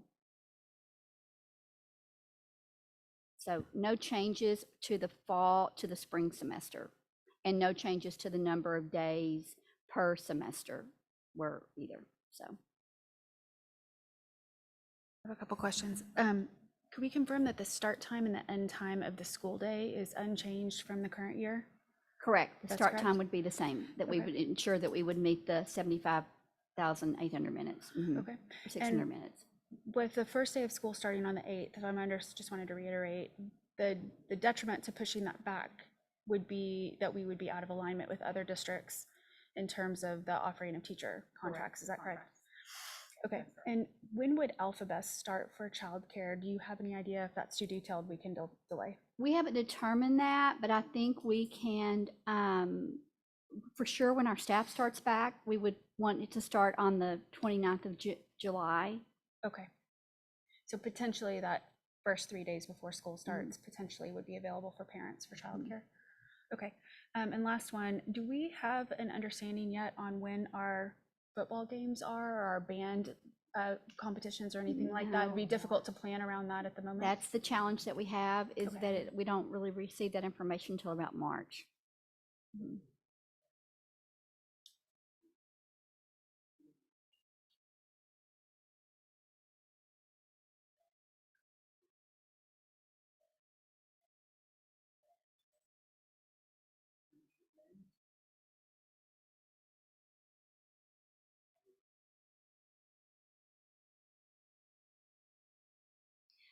I do want to lift up as well some of the feedback and the data that we've collected on the addition of the teacher planning days that we did put in place for the school year. We did an initial survey, and about 96% of teachers were in favor of it and felt like it had achieved the goals thus far as that work-life balance. In fact, we had some teachers on the November, I believe it was the 17th, the day that was a teacher planning day, that were actually up here. They were scheduling parent conferences because they had childcare and they didn't have to do it in the evenings, and they could accommodate parents during the day. So, and we had teachers come up. A lot of the time they're still coming up to the building and they're meeting with their teams. We also, of course, are still monitoring the data for student attendance and teacher attendance. And we are, this time last year, 58 school days in, we were 1 percentage point higher for student attendance and 1 percentage point higher for teacher attendance. So we're at 95.9 to 96.8 and 95.2 to 96.2. So we want to continue to monitor that. Will we still have leopard time? Because I know there was an issue and the state came back and said, I guess it would be a hardship. So how are we taking into account that?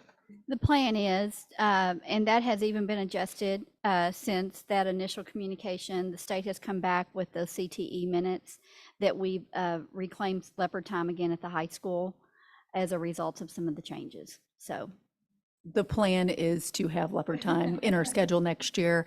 And we have prioritized that and certainly heard that from our administrators and teachers. What was also very validating is I meet with our high school students through the Superintendent Student Connection Council, and they have made that very clear of how much they value that time.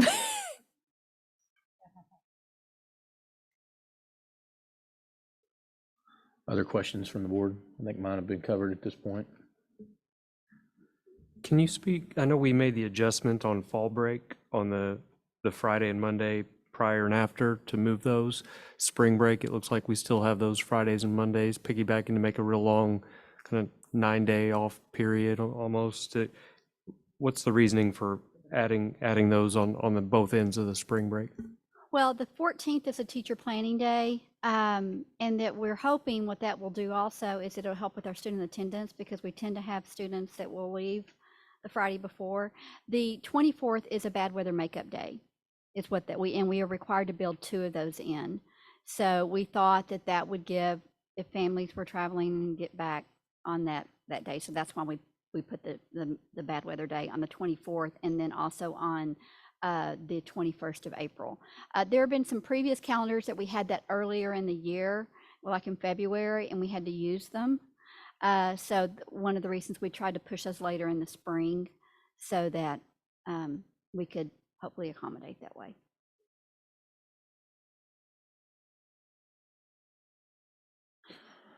If there are no other questions, I'd consider a motion. I just think we've gotten some feedback that there weren't opportunities to give feedback by the community, and I think the community has reached out. A lot of people have, and I think given creating additional drafts, going through a very thorough process, meeting with lots of different constituencies to allow them to give feedback, I think this has been a very good, thorough process, and there's never going to be a perfect calendar, but I think we've worked very hard to create something that was very thoughtful. So I appreciate the work. Yeah, to Jason's point, I don't have a question, more of a comment though, but I understand you're dealing with a lot of competing interests, and we saw that even from the emails we got from the community members that everyone had their own issue that affected them, and so I know you're trying to balance all those things. I hate that we start school as early as we do. I understand why that's necessary because of the competitive advantage that we need in order to lock people into contracts, sooner rather than later. And I will say that the legislature attempted to address this. They had a bill which nobody talked about and never went anywhere, but it was a bill that would say you can't start school before this day and kind of create the third week of August, something like that. It create a uniform playing field amongst districts. That would have been nice, but it didn't get done. So and of course Memorial Day happening a week earlier this year kind of limits our options as opposed to last year. So I think the goal of trying to make everybody happy is an impossible one, but I think y'all have done a good job of trying to make the most people as happy as possible. So thank you.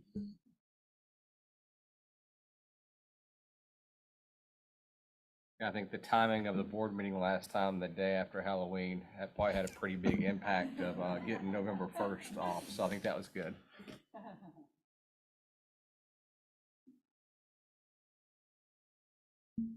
I'll move that we approve the recommended calendar as presented. So moved, Jason James.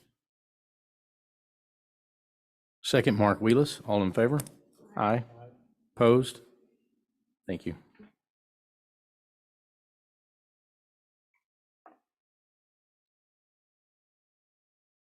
All right, item 18 is to open a public hearing on the Financial Accountability School first. We'll open the public hearing at this time, being 8:50. Do we have any public comments at this time? Good evening. No, there are no public comments at this time. We will keep the public hearing open until the end of the presentation, and if you would proceed. Okay. We do have a couple of copies of the financial management report available for the public. So if you were unable to print it out, we do have a couple available Are they? Okay, so Rodriguez has them right up here if anyone's interested in them. So tonight we are presenting on the results of the School First. The School First is the financial integrity rating system of Texas. This is a rating for the 22-23 year, but it is based off of the audited financials and data from the 21-22 year. So there's a lag of a year. The reason for that, the 22-23 audit was just completed and approved by the board in October, and we just submitted it to TEA. So it takes them a little bit of time to get the results of the first rating based off that submission. Those districts, since we're a June 30th district, we submit in November. But for those districts that have August 31st year end, they won't submit until January. So it gives them time to submit all their data through January, and then for them to review it and release preliminary in May or June.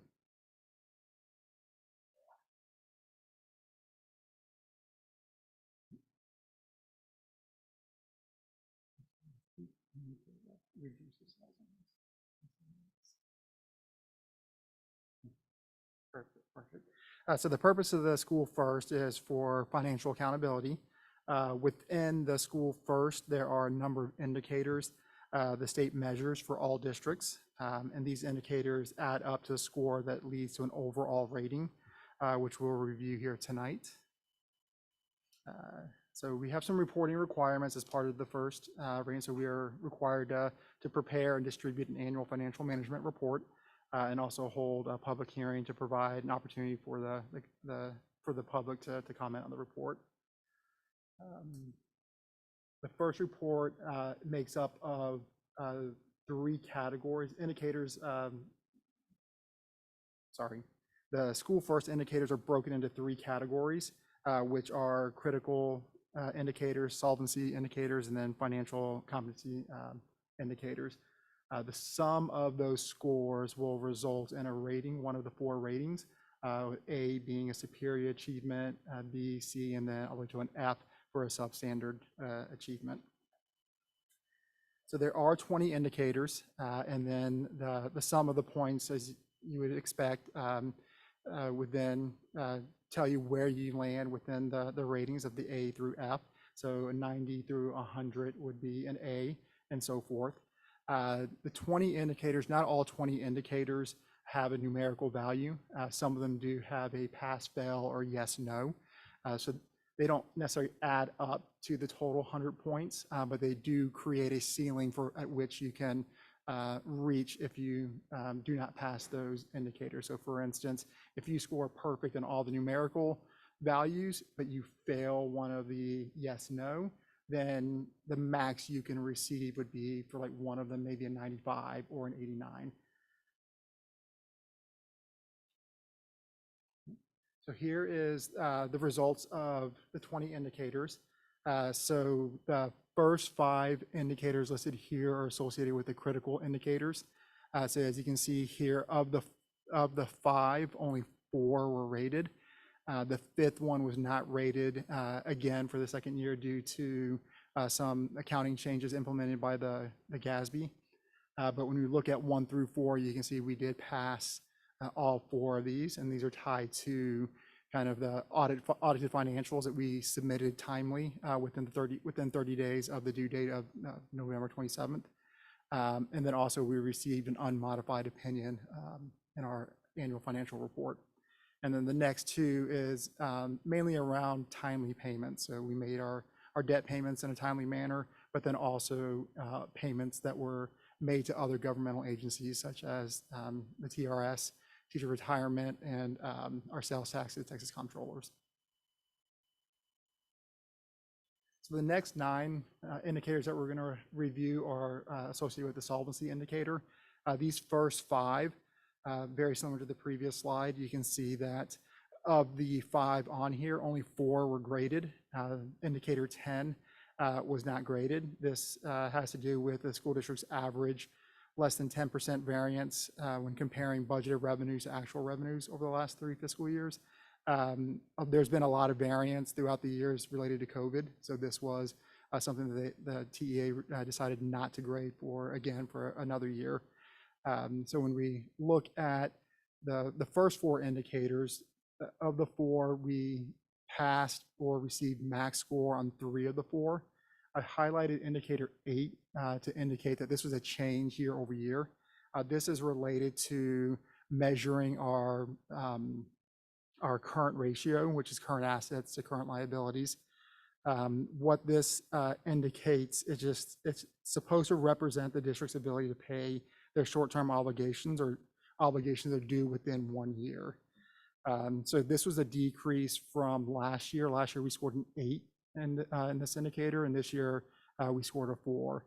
The reason for that is that we did, in 2021, we did issue $5 million of debt, but we also did a refunding where we restructured our debt to push up some of that principal payment in order to pay off some of the debt early. So even though this resulted in a reduction of 4 points in the indicator, it ultimately, this decision saved the district in interest costs over $19.5 million.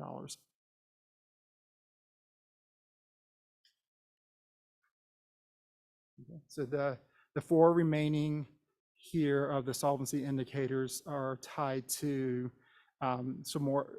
The first 2 are tied back to long-term liabilities and total assets. Again, the highlighted one is a change from last year. This is actually one that we improved.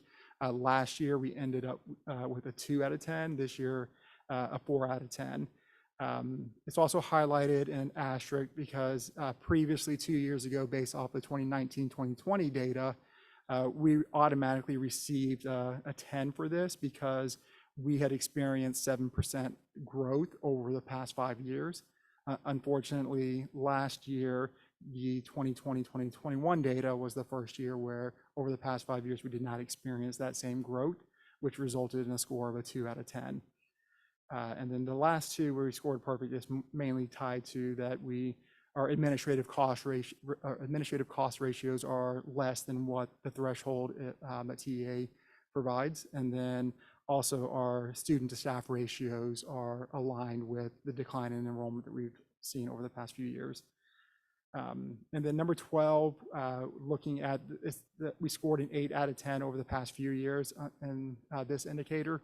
What we do believe is that we already know how we ended the year for the 22-23 because we just completed the audit.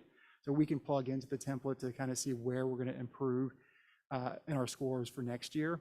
This is an area where we'll improve. We'll receive the 2 additional points because our property values and our debt payments are going down while property values are going up.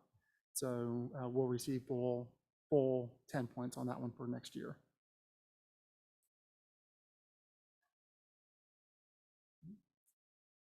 So here the remaining 6 are the competence indicators. As you can see, only 2 of the 6 are numerical. The others are ceiling passed or ceiling failed. And again, in this one, there's one that is not graded, which is number 15. It's based off of the allotted range of the district's biennial pupil projection. So we provide the state with a projected enrollment and attendance so they can develop their budgets, and they compare how we actually ended to that projection that we provide. So again, I think this is tied to COVID and the impact that COVID had, that we're not being graded on numbers that we had provided due to that. So again, in this indicator, we maximize and maximize all the points, the last 4 indicators. So for the 22-23 year, we ended up with a score of 86, which is a rating of a B, which is above standard achievement. And when we compare that to the prior year, it was a reduction of 2 points, but still we maintained the B score, which is above the standard achievement. And again, the change is really due to the 2 that I highlighted, the reduction in indicator 8 and the increase in indicator 11. So there are a number of disclosures the district is required to provide as part of the School First Financial Report. These disclosures are related to expenses incurred by administration and the board. It is provided in the handout that we have here tonight. So here's just a list of all of the different expenditures by board member and administration. And that is all I have. So any questions? When do you anticipate, are you able to have any projections on those two areas where we scored the 4 out of 10 on when you expect those to improve? Yeah, I've looked at that, and over time we will improve. There are certain factors that could influence and improve it, but it would be in the short term. So for instance, when we look at the assets, current assets, cash in general. So if we go out and we issue a bond and we get like let's say the remaining 9.5, that will increase our cash balance by 9.5 million. We can't use that to pay debt. We have to use that on paying, for infrastructure and facilities and everything, but that improves our ratio. So we would improve by 2 points if we had that cash, $9.5 million cash, so long as that our debt service didn't increase by like 3.5 million. So, But that would make this number look better, but financially, it's a bad financial decision. There's some things that are more important, like was the school's district administrative cost ratio equal to or less than the threshold ratio? We got 10 out of 10 on that. I mean, I look at that more than, your current assets, where, yes, if we increase our net assets, we're gonna have a better current asset ratio, but then we're keeping money in the district and we're not spending that money to improve student outcomes. While we're paying debt service on it. The same token goes for refunding these bonds and paying them down early. We're being penalized by paying down our debt early in those ratios, as opposed to keeping that money on hand and paying as amortized to keep it in cash. So while we have a B in those categories, I think to save 19.5 million and receive a B rating, it's a trade-off that I'm willing to accept, and it's counterintuitive to intelligence, quite frankly.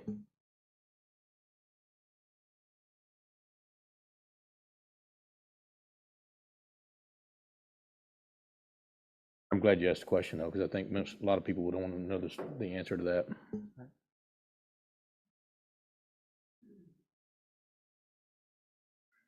All right.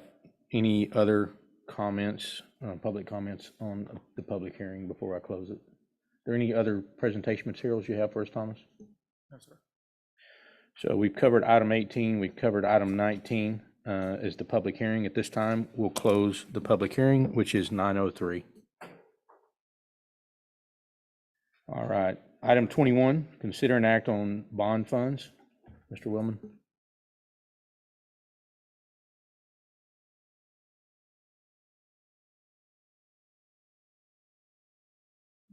All right, so keeping it going. Just want to provide an update on our 2021 bond series and the current available amounts, and then discuss a couple of projects that we would like to proceed with the use of bond funds. So the initial issuance of the 2021 bonds was for $5 million. So we'll review. So back in May, we did present. Sorry, move on. So we'll review. Back in May, we presented a list of needs by the district and the request of the use of those bond funds for these purchases. We started off with the $5 million, and through the end of March of 2023, we had spent roughly 2.3 million of that 5 million on these different projects. So athletic projects, safety and security projects, and then technology projects and updates, building updates and maintenance. We brought forth in March of 2003 to approve the remaining, what we thought at the time, roughly a little below $2.8 million for instructional materials, continued technology infrastructure and equipment, and so forth, custodial equipment, maintenance equipment, and so forth. So when we look at those total costs and kind of where we're at, so through the end of, so over the 2-year period through the end of October of 2023, we have investment or interest earnings from that 5 million of roughly 163,000. But then we've also had projects that came under budget. So when we brought forth the projects in March, we said not to exceed a certain amount. And due to that, we've also did not exceed. The projects have come under budget from those dollar amounts, resulting in an under budget of roughly 242,000. So that left us with roughly 305,000. In the current year, we have brought forth 2 items that you had approved related to traffic safety at our schools, and also the HVAC replacement at our transportation and facilities locations. So that is leaving us with roughly $196,000 for us to use on projects. I got a quick question, Thomas. Yes. I should know this, but I don't. So we sold $5 million in bonds, that's the 5 million. Yep. But then it says interest earned. When you sell the 5 million though, wouldn't we be having the debt We're expense? paying interest, but because we put the cash in an investment account, we're able to earn interest on it while it's sitting in that account. So we're earning. Yes, but we're able to use the interest earned that's amortized out, yeah. And the 5 million, we've shortened out that amortization. It's only over three years, so we're pretty much paying that off this year. But that's cash that's given to us as far as earning that we can use on projects. Part of why our ratios are on that first report are reflected as such.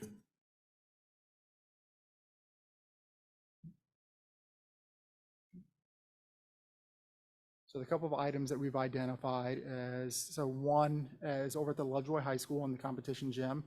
The basketball goals, we do need to replace the winch motors and cables for that. We anticipate that the project is going to cost roughly $12,500 for that.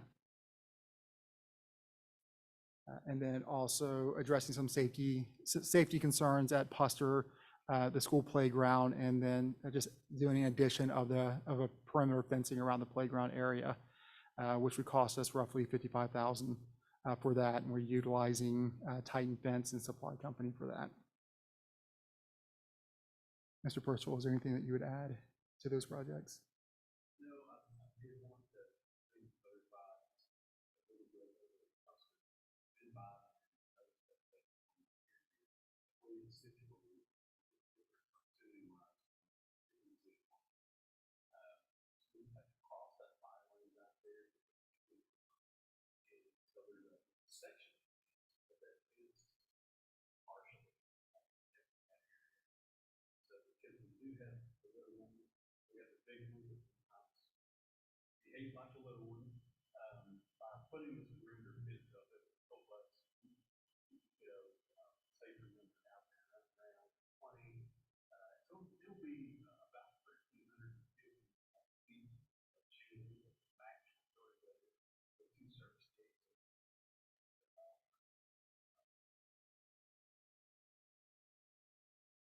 Were these bid out to the suppliers?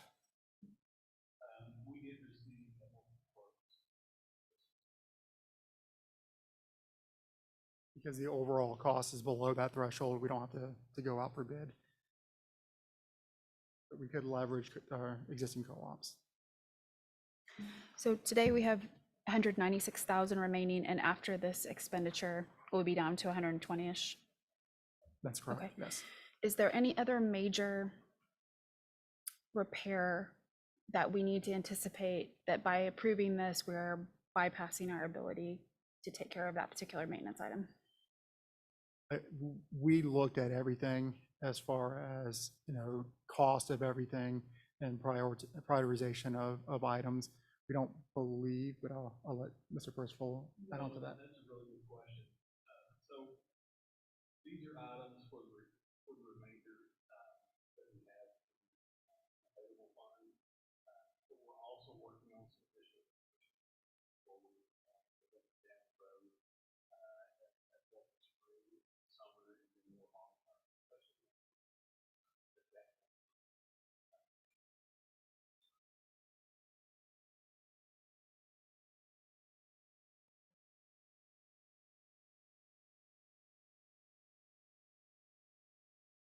Okay. If there's no further questions, it's the recommendation of the administration that the board approve the safety and security related projects as presented in the amount not to exceed $70,000 through the use of bond funds.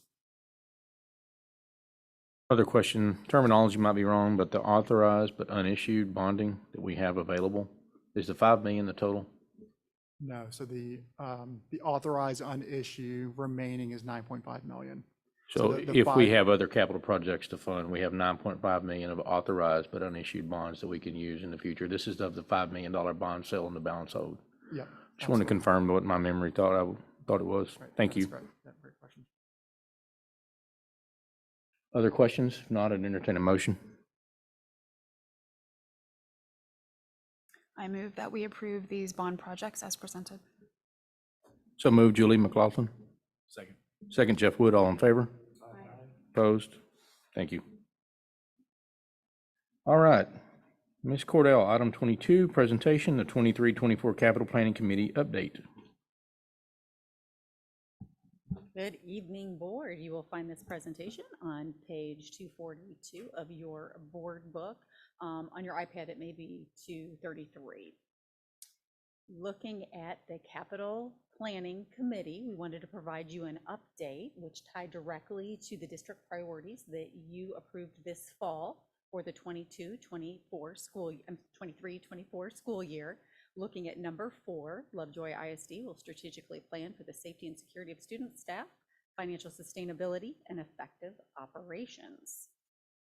If you will recall, our Lovejoy 2030 strategic planning initiative that involved many stakeholders included a focus on our operations function as well.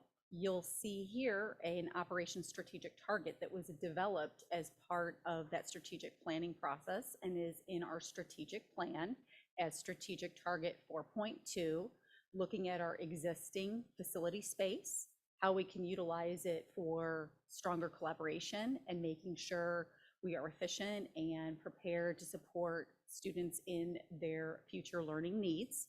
So strategy 4.2.1, multi-use collaboration spaces being a focus. Strategy 4.2.2, touring and benchmarking against out-of-district high schools, universities, really all school levels, elementary, middle is important as well, industry partners for those future-ready collaboration spaces. And then also strategy 4.2.3, implementation of an operations capital improvement committee, which we launched this past spring. So here's some background. That committee was formed in the spring of 2023. We did meet on May 4th and May 11th and covered a presentation on school finance and debt services. We also looked at a capital needs assessment. We had partnered with PBK Architect, who was responsible for the construction of our buildings, on conducting a capital needs assessment, making sure we had an understanding of our current state, anything that may be at end of life or need to be addressed immediately or in the near future. We shared that information with the committee. And then we discussed capital asset management and planning for the future. The committee has been on pause due to the legislative session and some pending legislation that was part of this that required voter approval at the November election. It was in fact approved as we anticipated because what it was a homestead exemption increase from the $40,000 to the $100,000. Obviously, a big part of our capital planning committee process includes the bond capacity side of things, and we want to make sure the committee is well informed and that we are working with current information. We are excited to be able to continue to resume this work and have all of that information at the table.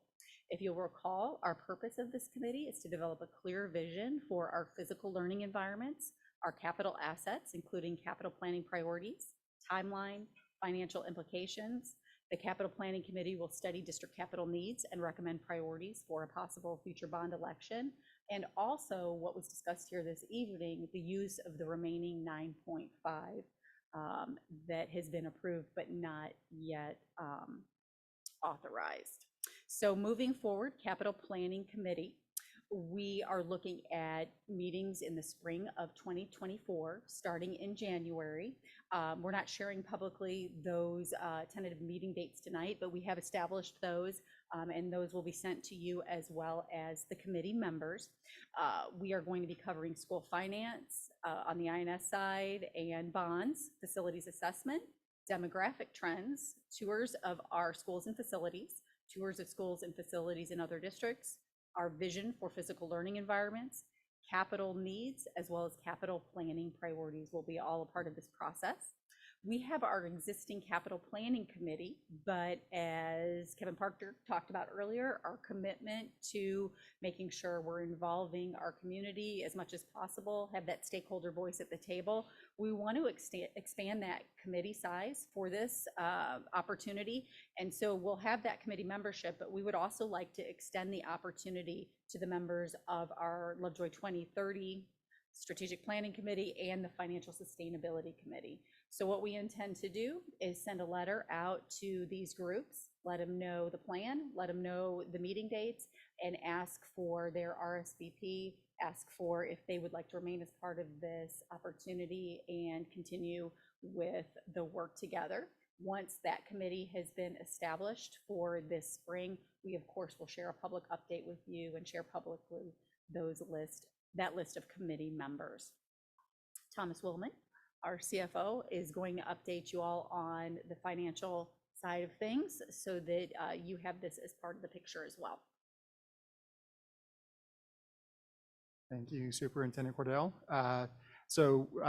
As Superintendent Cordell mentioned, part of the committee and moving forward with this understanding kind of our bond capacity, and what's impacting that is understanding what is our plan for the 9.5 million, but then also the timeline associated with the legislative session and the decision related to the homestead exemption increase of the 40 to 100,000.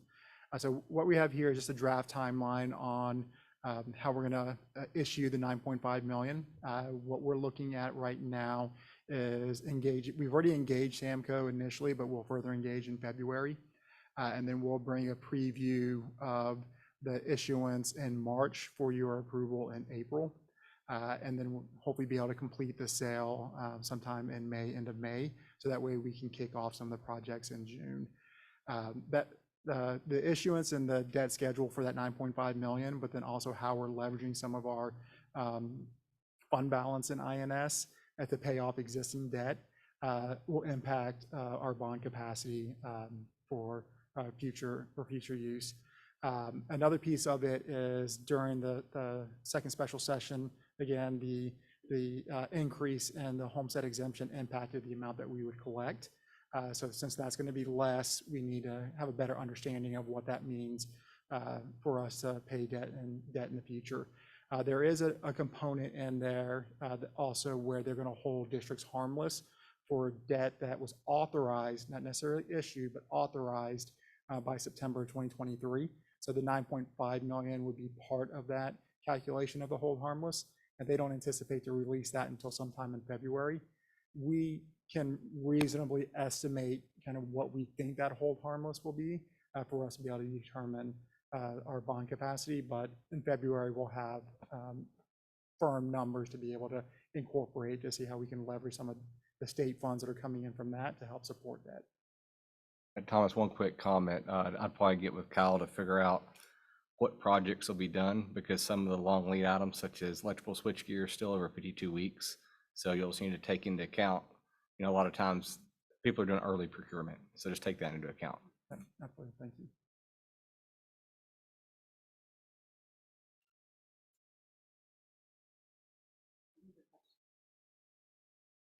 Other questions? Thank you for the presentation. All right, item 23 tonight would be cabinet reports. Dr. Tinsley.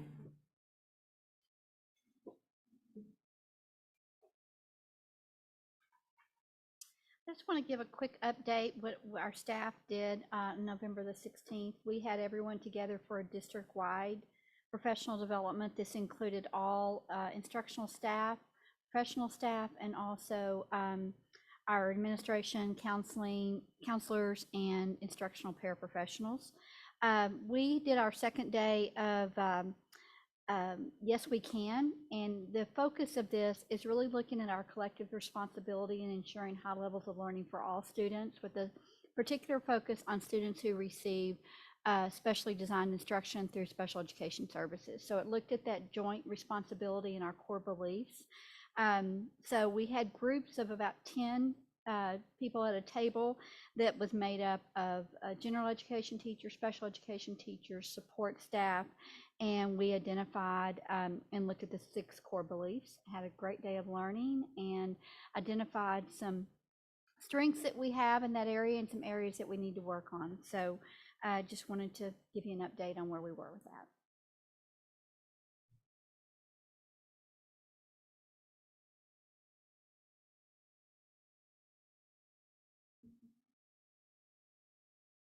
All right, so on the finance side, so we're back at monitoring our monthly collections. So the month of October was the first month where we began collections on the new tax year, the 2023 tax year. So we did collect 186,000 in the month of October. From a percentage of collection, slightly down, about half of what we did this time last year. And then when we look at the original 2023 tax levy where it shows the 49 million, that is based off of the certified roll that occurred in July.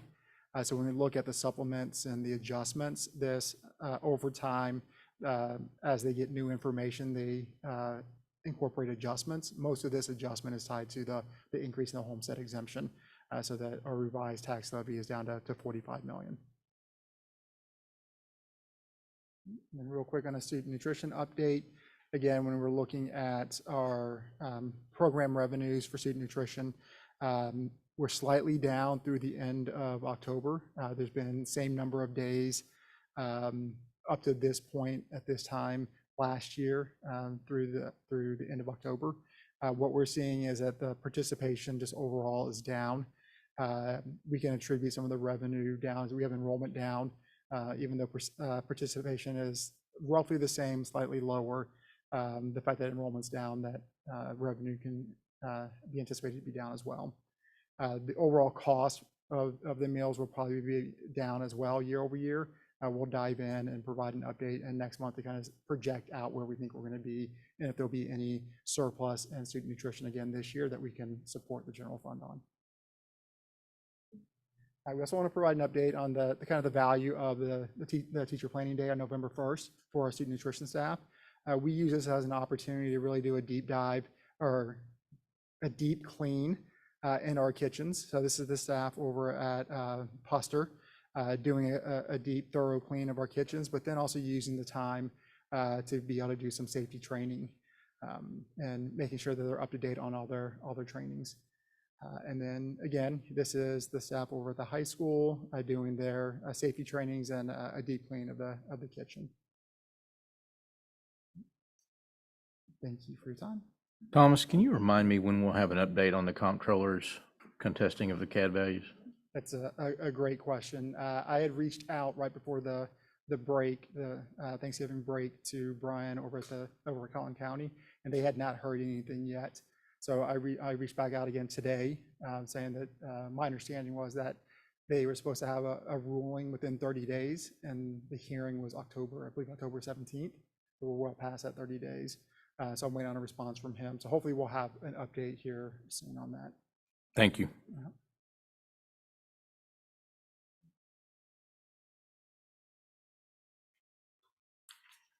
Good evening. Just wanted to review, I spoke of this earlier when we were talking about our district improvement plan, but also this ties in directly with Lovejoy 2030 and our goals there.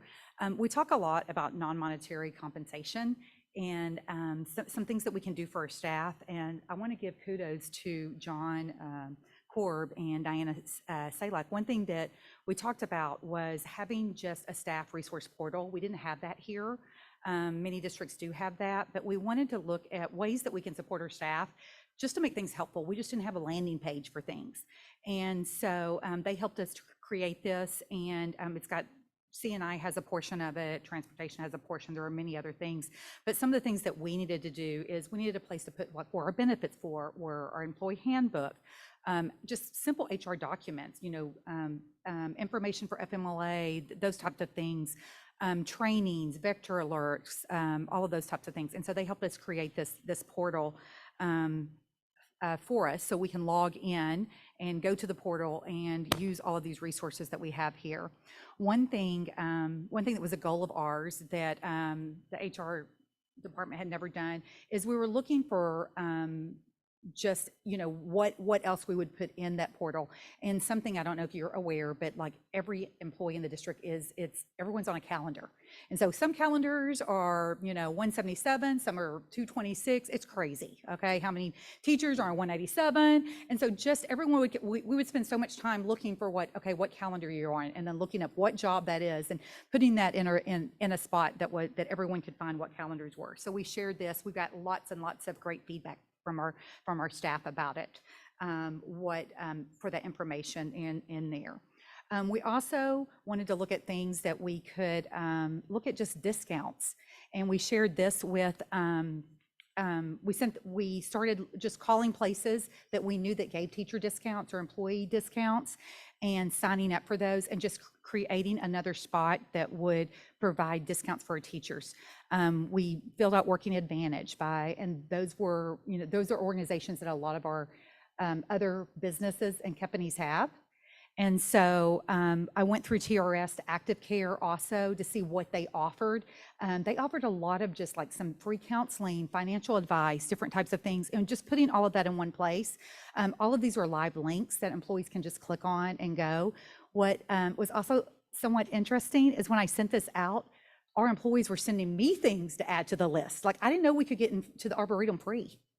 I mean, what a great advantage for our teachers. So just creating a landing place for some of these types of things. And that's something that, throughout the year we can update and also work on, just to add some other things. But those are some things that we're working on in our department there.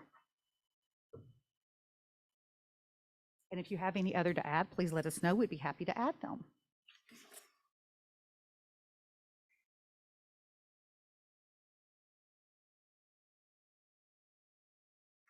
Yeah, a lot has happened since I created these slides. We created these slides about a week and a half to 2 weeks ago, and there's been a lot, like I said, a lot's happened in volleyball. If you haven't heard, we won our 10th state championship, and it was a pretty resounding victory. We beat Lamar Fulshire in the state semifinals and then beat Liberty Hill in the finals. And we'll be able to celebrate our volleyball team at the December board meeting here in just a few weeks. So we're super excited and happy for our girls and our volleyball coaches. We're also in the middle of a deep playoff run for Lovejoy Leopard football. At the time, we had just finished the first round, the by-district round of the playoffs, and beat Pine Tree here at home. We then played Ennis in the area round, and played Texas High last week in the regional semifinals, which we won out in Pine Tree, their stadium. And this week we'll play South Oak Cliff, who's been our nemesis the past 2 years. And we play them at Choctaw Stadium, which is the old Texas Ranger baseball stadium, this Saturday at 3:30. So if you have an opportunity to come out and support our football team, it's a great venue. There's no doubt it'll be a great game against South Oak Cliff. It's always a great game against South Oak Cliff. They're a very talented and well-coached team, so it'll be fun to watch. And of course, we're hoping for the best outcome. This week, we also start our Fine Arts Festival. If you'll remember, we have a different format, which we highlight a different program each night, at least one program each night. It runs from Tuesday through Friday of this week, and then Monday and Tuesday of next week. We also have our visual arts gallery at the high school open each night that we have our Fine Arts Festival. So we've changed this format for a few different reasons. One of them is to highlight the excellence in each program, to show kind of the growth and the growth from when they enter our program, such as a 6th grade orchestra student, all the way into our varsity orchestra students. You'll be able to see that progress on the orchestra night, as well as the choir and the band nights in each one of the programs. So we're really excited. Marty Ball, Jacqueline Simone have put a lot of work into organizing this, communicating this, getting the word out, as well as our different program directors to be able to put a great product on the stage on their respective nights. So we hope that each of you can come out and see at least one, if not more, nights of our Fine Arts Festival 2023. We'll get some feedback on how this new format is, and we'll report that back to you as well. And finally, for transportation, We have we're finishing up our first semester, of course, with transportation. We sent out an email just before Thanksgiving break to all of our bus riding families that spring fees are due by December 15th. So we're collecting fees for the spring semester. Those will be due on December 15th. And we'll have some updated numbers for you as far as our ridership numbers for the spring semester that we'll be able to share with you, because we're updating some of those. We asked for anybody who is not riding for the spring semester to please let us know, because that will open up. We do have a small wait list for the spring, so any of those who are declining bus service for the spring who may have ridden in the fall, that'll open up a seat for somebody new, and we'll be able to fill those vacancies with somebody who's on the wait list. Any questions?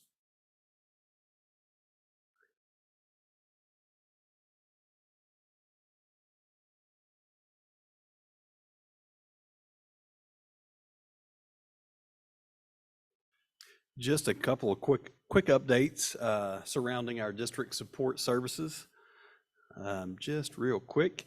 So taking advantage of those, again, teacher extended planning days on November the 1st, our custodial team that are housed over at the high school had an opportunity to participate in our standard response protocol training, along with our Raptor emergency management training that you've kind of probably heard spoken about a little bit tonight. Casey has presented on it a handful of times. But what makes this group unique is that we do have a third shift at the high school. So if we did need to go into a protocol, there's no one there to make a PA announcement. And so this gives them the ability to receive and send notifications that are surrounding any type of emergency situations, so that we have the ability to communicate to them remotely if needed. So that especially for that third shift, but this is also in alignment with the rest of our campuses and our teaching staff. The guys over in maintenance and grounds are still hard at it, out working on the wiring. We have lots of wiring opportunities in our parking lots with those pole lights. Some of them don't rest on top of concrete footing, and so sprinkler heads, rain, just some of the water tends to erode those bases and gets into those wiring harnesses.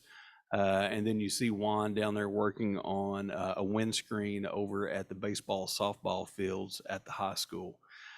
This is just a shot. We have lift stations around the district. 3 of our campuses have lift stations where the sewer goes into a lift station, and then from there it goes over to a sewage system. This is a shot of the one over at Lovejoy High School. It went into an alarm, and so sometimes it just takes a reboot, and that was the situation here. And here's kind of an internal look down that long, looks like a well. Probably wouldn't want to get to the bottom of that one though. But that one's out near Estates. When you come in on that west entrance, you see that fenced off area, and that's exactly where this is located. So just a shot there. The guys are trained and can go out there and problem shoot a lot of the trouble that those systems give us. And then here you see a shot of Leopard Friday, Regan and George having a good time there, but also getting out and being visible within Leopard Friday and really coordinating with staff and rubbing elbows with the community. Those guys always have a smile on their face. I think this photo here, they're actually waiting on the refs to come out so they can be escorted out to their vehicles after the game was over. This is prep for Leopard Friday. Again, those marshals had lots of setup to do just by way of safety.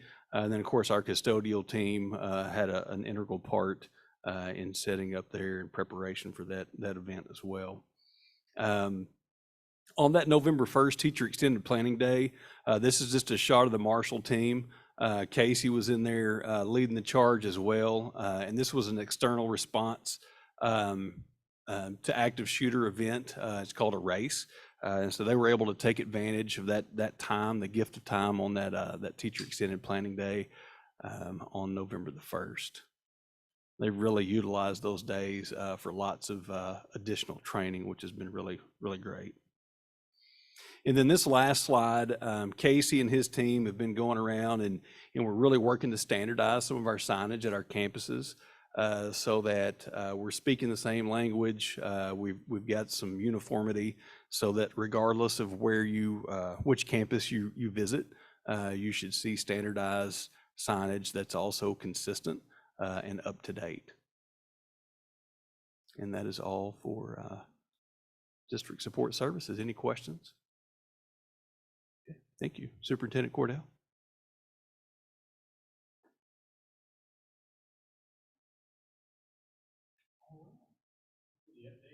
Item 24 is the superintendent's report. Thank you. Well, I started the school year talking about the science of hope, but I thought tonight we would talk about the science of gratitude. I don't know if you realize this, but there is scientific research that correlates gratitude with increased general well-being, increased resilience, strength, social relationships, reduced stress, and even reduced depression. And in some studies is associated with a longer lifespan. So I have to say that the investment that our PTO and our community makes in the Lovejoy letter writing campaign is not just something that's soft and fluffy. It has really deep and impactful consequences for every single member of our staff. So if you're not familiar with this and you're listening this evening, this is an initiative that began several years back. I believe Amy Smith was an integral part of the formation of this tradition where our parents, community members, and students write letters of gratitude to every single employee in the district. And on the day before the Thanksgiving break, every employee receives a manila envelope filled with those personalized letters of gratitude with very specific things that they have done to have an impact. And when Ms. Koenig talked about our focus on non-monetary compensation, I think we'd have to put this in that category, and then also in the category of one of the things that makes Lovejoy ISD different and uniquely special. So thank you to every single person out there that took the time to write those letters. It's difficult to even express how much those mean because they really mean so much to each and every one of us. And then also wanted to celebrate, as Mr. Parker did, another state championship with that volleyball. And I don't know if you've seen the quote by our head coach, Natalie Puckett, who states, we have a different standard of excellence, and our standard of excellence is a state championship. And so she's been in the press with that very powerful statement.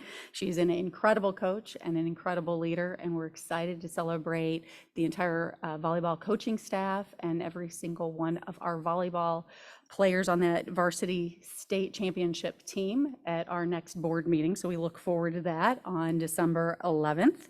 And then also want to emphasize that invitation for anybody out in our community, whether you have a kiddo in any of the programs or not, please come join us for our Fine Arts Festival.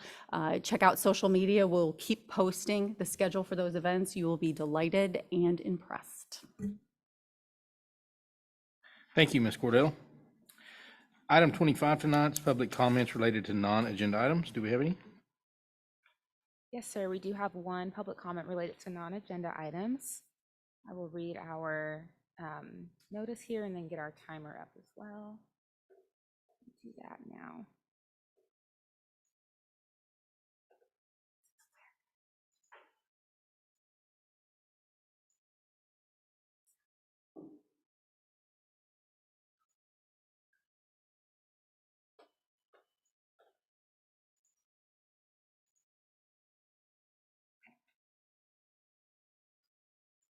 I'm going to go ahead and read this, and I'll call our one comment up. Our Board of Trustees encourages public comment. All comment at a meeting other than a regularly scheduled meeting should be limited to agenda items posted for the meeting. By signing up to provide public comment at a board meeting, you are acknowledging and accepting the procedures for public comment available online at lovejoysc.net, which they filled out. Any individual seeking to speak during the public comment session of a regular board meeting must complete and submit the public comment card no later than 15 minutes prior to the designated start time of the provided meeting notice, which they did. Public comment cards must be completed in their entirety with accurate and truthful information and must designate whether the speaker is speaking on a specific agenda item. Failure to designate an agenda item relevant to the speaker's comments will result in the classification of a public comment as a non-agenda item, which this is one, to be heard at a later time in the meeting. Public comment cards are only applicable to the meeting in which they are completed and submitted by the established deadline. Each individual will have one opportunity per meeting to share their comments with the Board of Trustees, not multiple opportunities per individual agenda items. If a speaker is not present when his or her name is called, the speaker forfeits the opportunity to speak at that meeting. All speakers will be limited to no more than 3 minutes. The presiding officer reserves the right, which is Mr. Owens, to reduce the number of minutes per speaker to no less than 1 minute per speaker in order to maintain effective meeting management. The speakers will be recognized in order in which each person signs up. If there are more speakers than the allotted for public comment, the amount of time per speaker may be reduced as determined appropriate by the Board of Trustees. If time does not allow for you to speak at public comment, the Board of Trustees may allow additional time for public comment or defer specific agenda items for review at a subsequent meeting in an effort to allow more public comment, as is determined necessary by the Board of Trustees. The public comment card will not be maintained from one meeting to the next, as it's only applicable to a meeting on the date in which it's submitted. If you have a specific concern related to an employee of the district or a specific student issue, you're encouraged to utilize the district's grievance procedures provided in the board policies, BGBA local, FNG local, and GF local, or applicable grievance process. Each grievance procedure allows for an individual to redress grievances with the Board of Trustees. All relevant policies are available online at lovejoyisd.net. Disruptive behavior will not be tolerated at the meeting. If after the provision of a single warning, the disruptive behavior continues, the disruptive individual may be escorted out of the meeting by the district officials and/or law enforcement. It is a criminal offense for any person with intent to prevent or disrupt a lawful meeting to substantially obstruct or interfere with the ordinary conduct of the meeting by physical action or verbal utterance. Lastly, the Board of Trustees appreciates your active participation in the school district. Ms. Ayers, can you please step up to the mic? And Mr. Korb will ensure that your mic is on.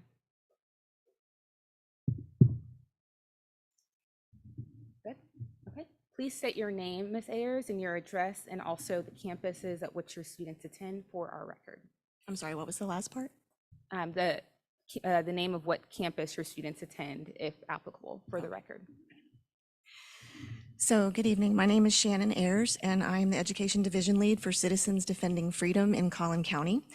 We've recently been made aware that there's a biological male using a girls' restroom in Lovejoy ISD, and that many female students do not feel comfortable with this, and they also don't feel comfortable reporting it. So I am here tonight to clarify recent rulings regarding Title IX and to defend the girls and women it is intended to protect. There are a number of progressive organizations that are attempting to pressure school administrators like yourselves to broaden the language of Title IX to include sexual orientation and gender identity.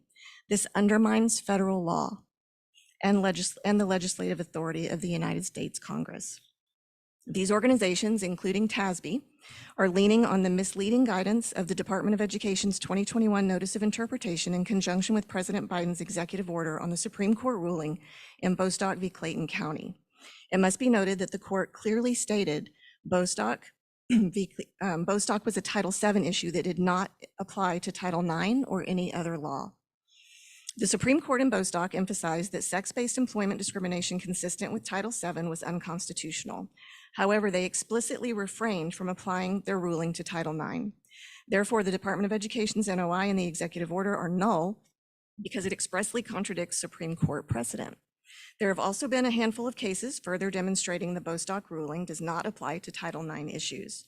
The recent federal district court's rulings prevent the Biden administration's NOI and executive order from taking effect in 20 states, including Texas. Additionally, a federal district court in Texas affirmed that sexual orientation and gender identity are not protected categories because Title IX must be read in the original context in which it was drafted in 1972, where sex was understood to be biological and binary. In the Bostock case, the Supreme Court stated that the people's representatives are the ones who must amend Title IX, so therefore only Congress can amend Title IX. I ask you to consider this information while contemplating how to address the current situation in your district, and before acting on the coercive tactics by organizations intentionally misapplying Title IX to push a political agenda that would eradicate Title IX's sex-specific protections. Female students have the right to privacy in bathrooms and locker rooms. Female students have the right to participate in sporting activities against biologically female athletes only. I strongly encourage you to create board policy that clearly states that students must use the bathroom associated with their sex or gender on their birth certificate. I have copies of a fact sheet as well as a timeline of legal developments that I'd like to leave with you tonight so that you can reference them for later if you need to. And if you don't know who we are, you can find out more about us at citizensdefendingfreedom.com. That's it. Thank you so much. And who do I give these to? You can give them to me and I will pass them out to the board. Okay. And for the record, Ms. Ayers resides in Frisco, Texas and does not have any students at Lovejoy ISD. Thank you.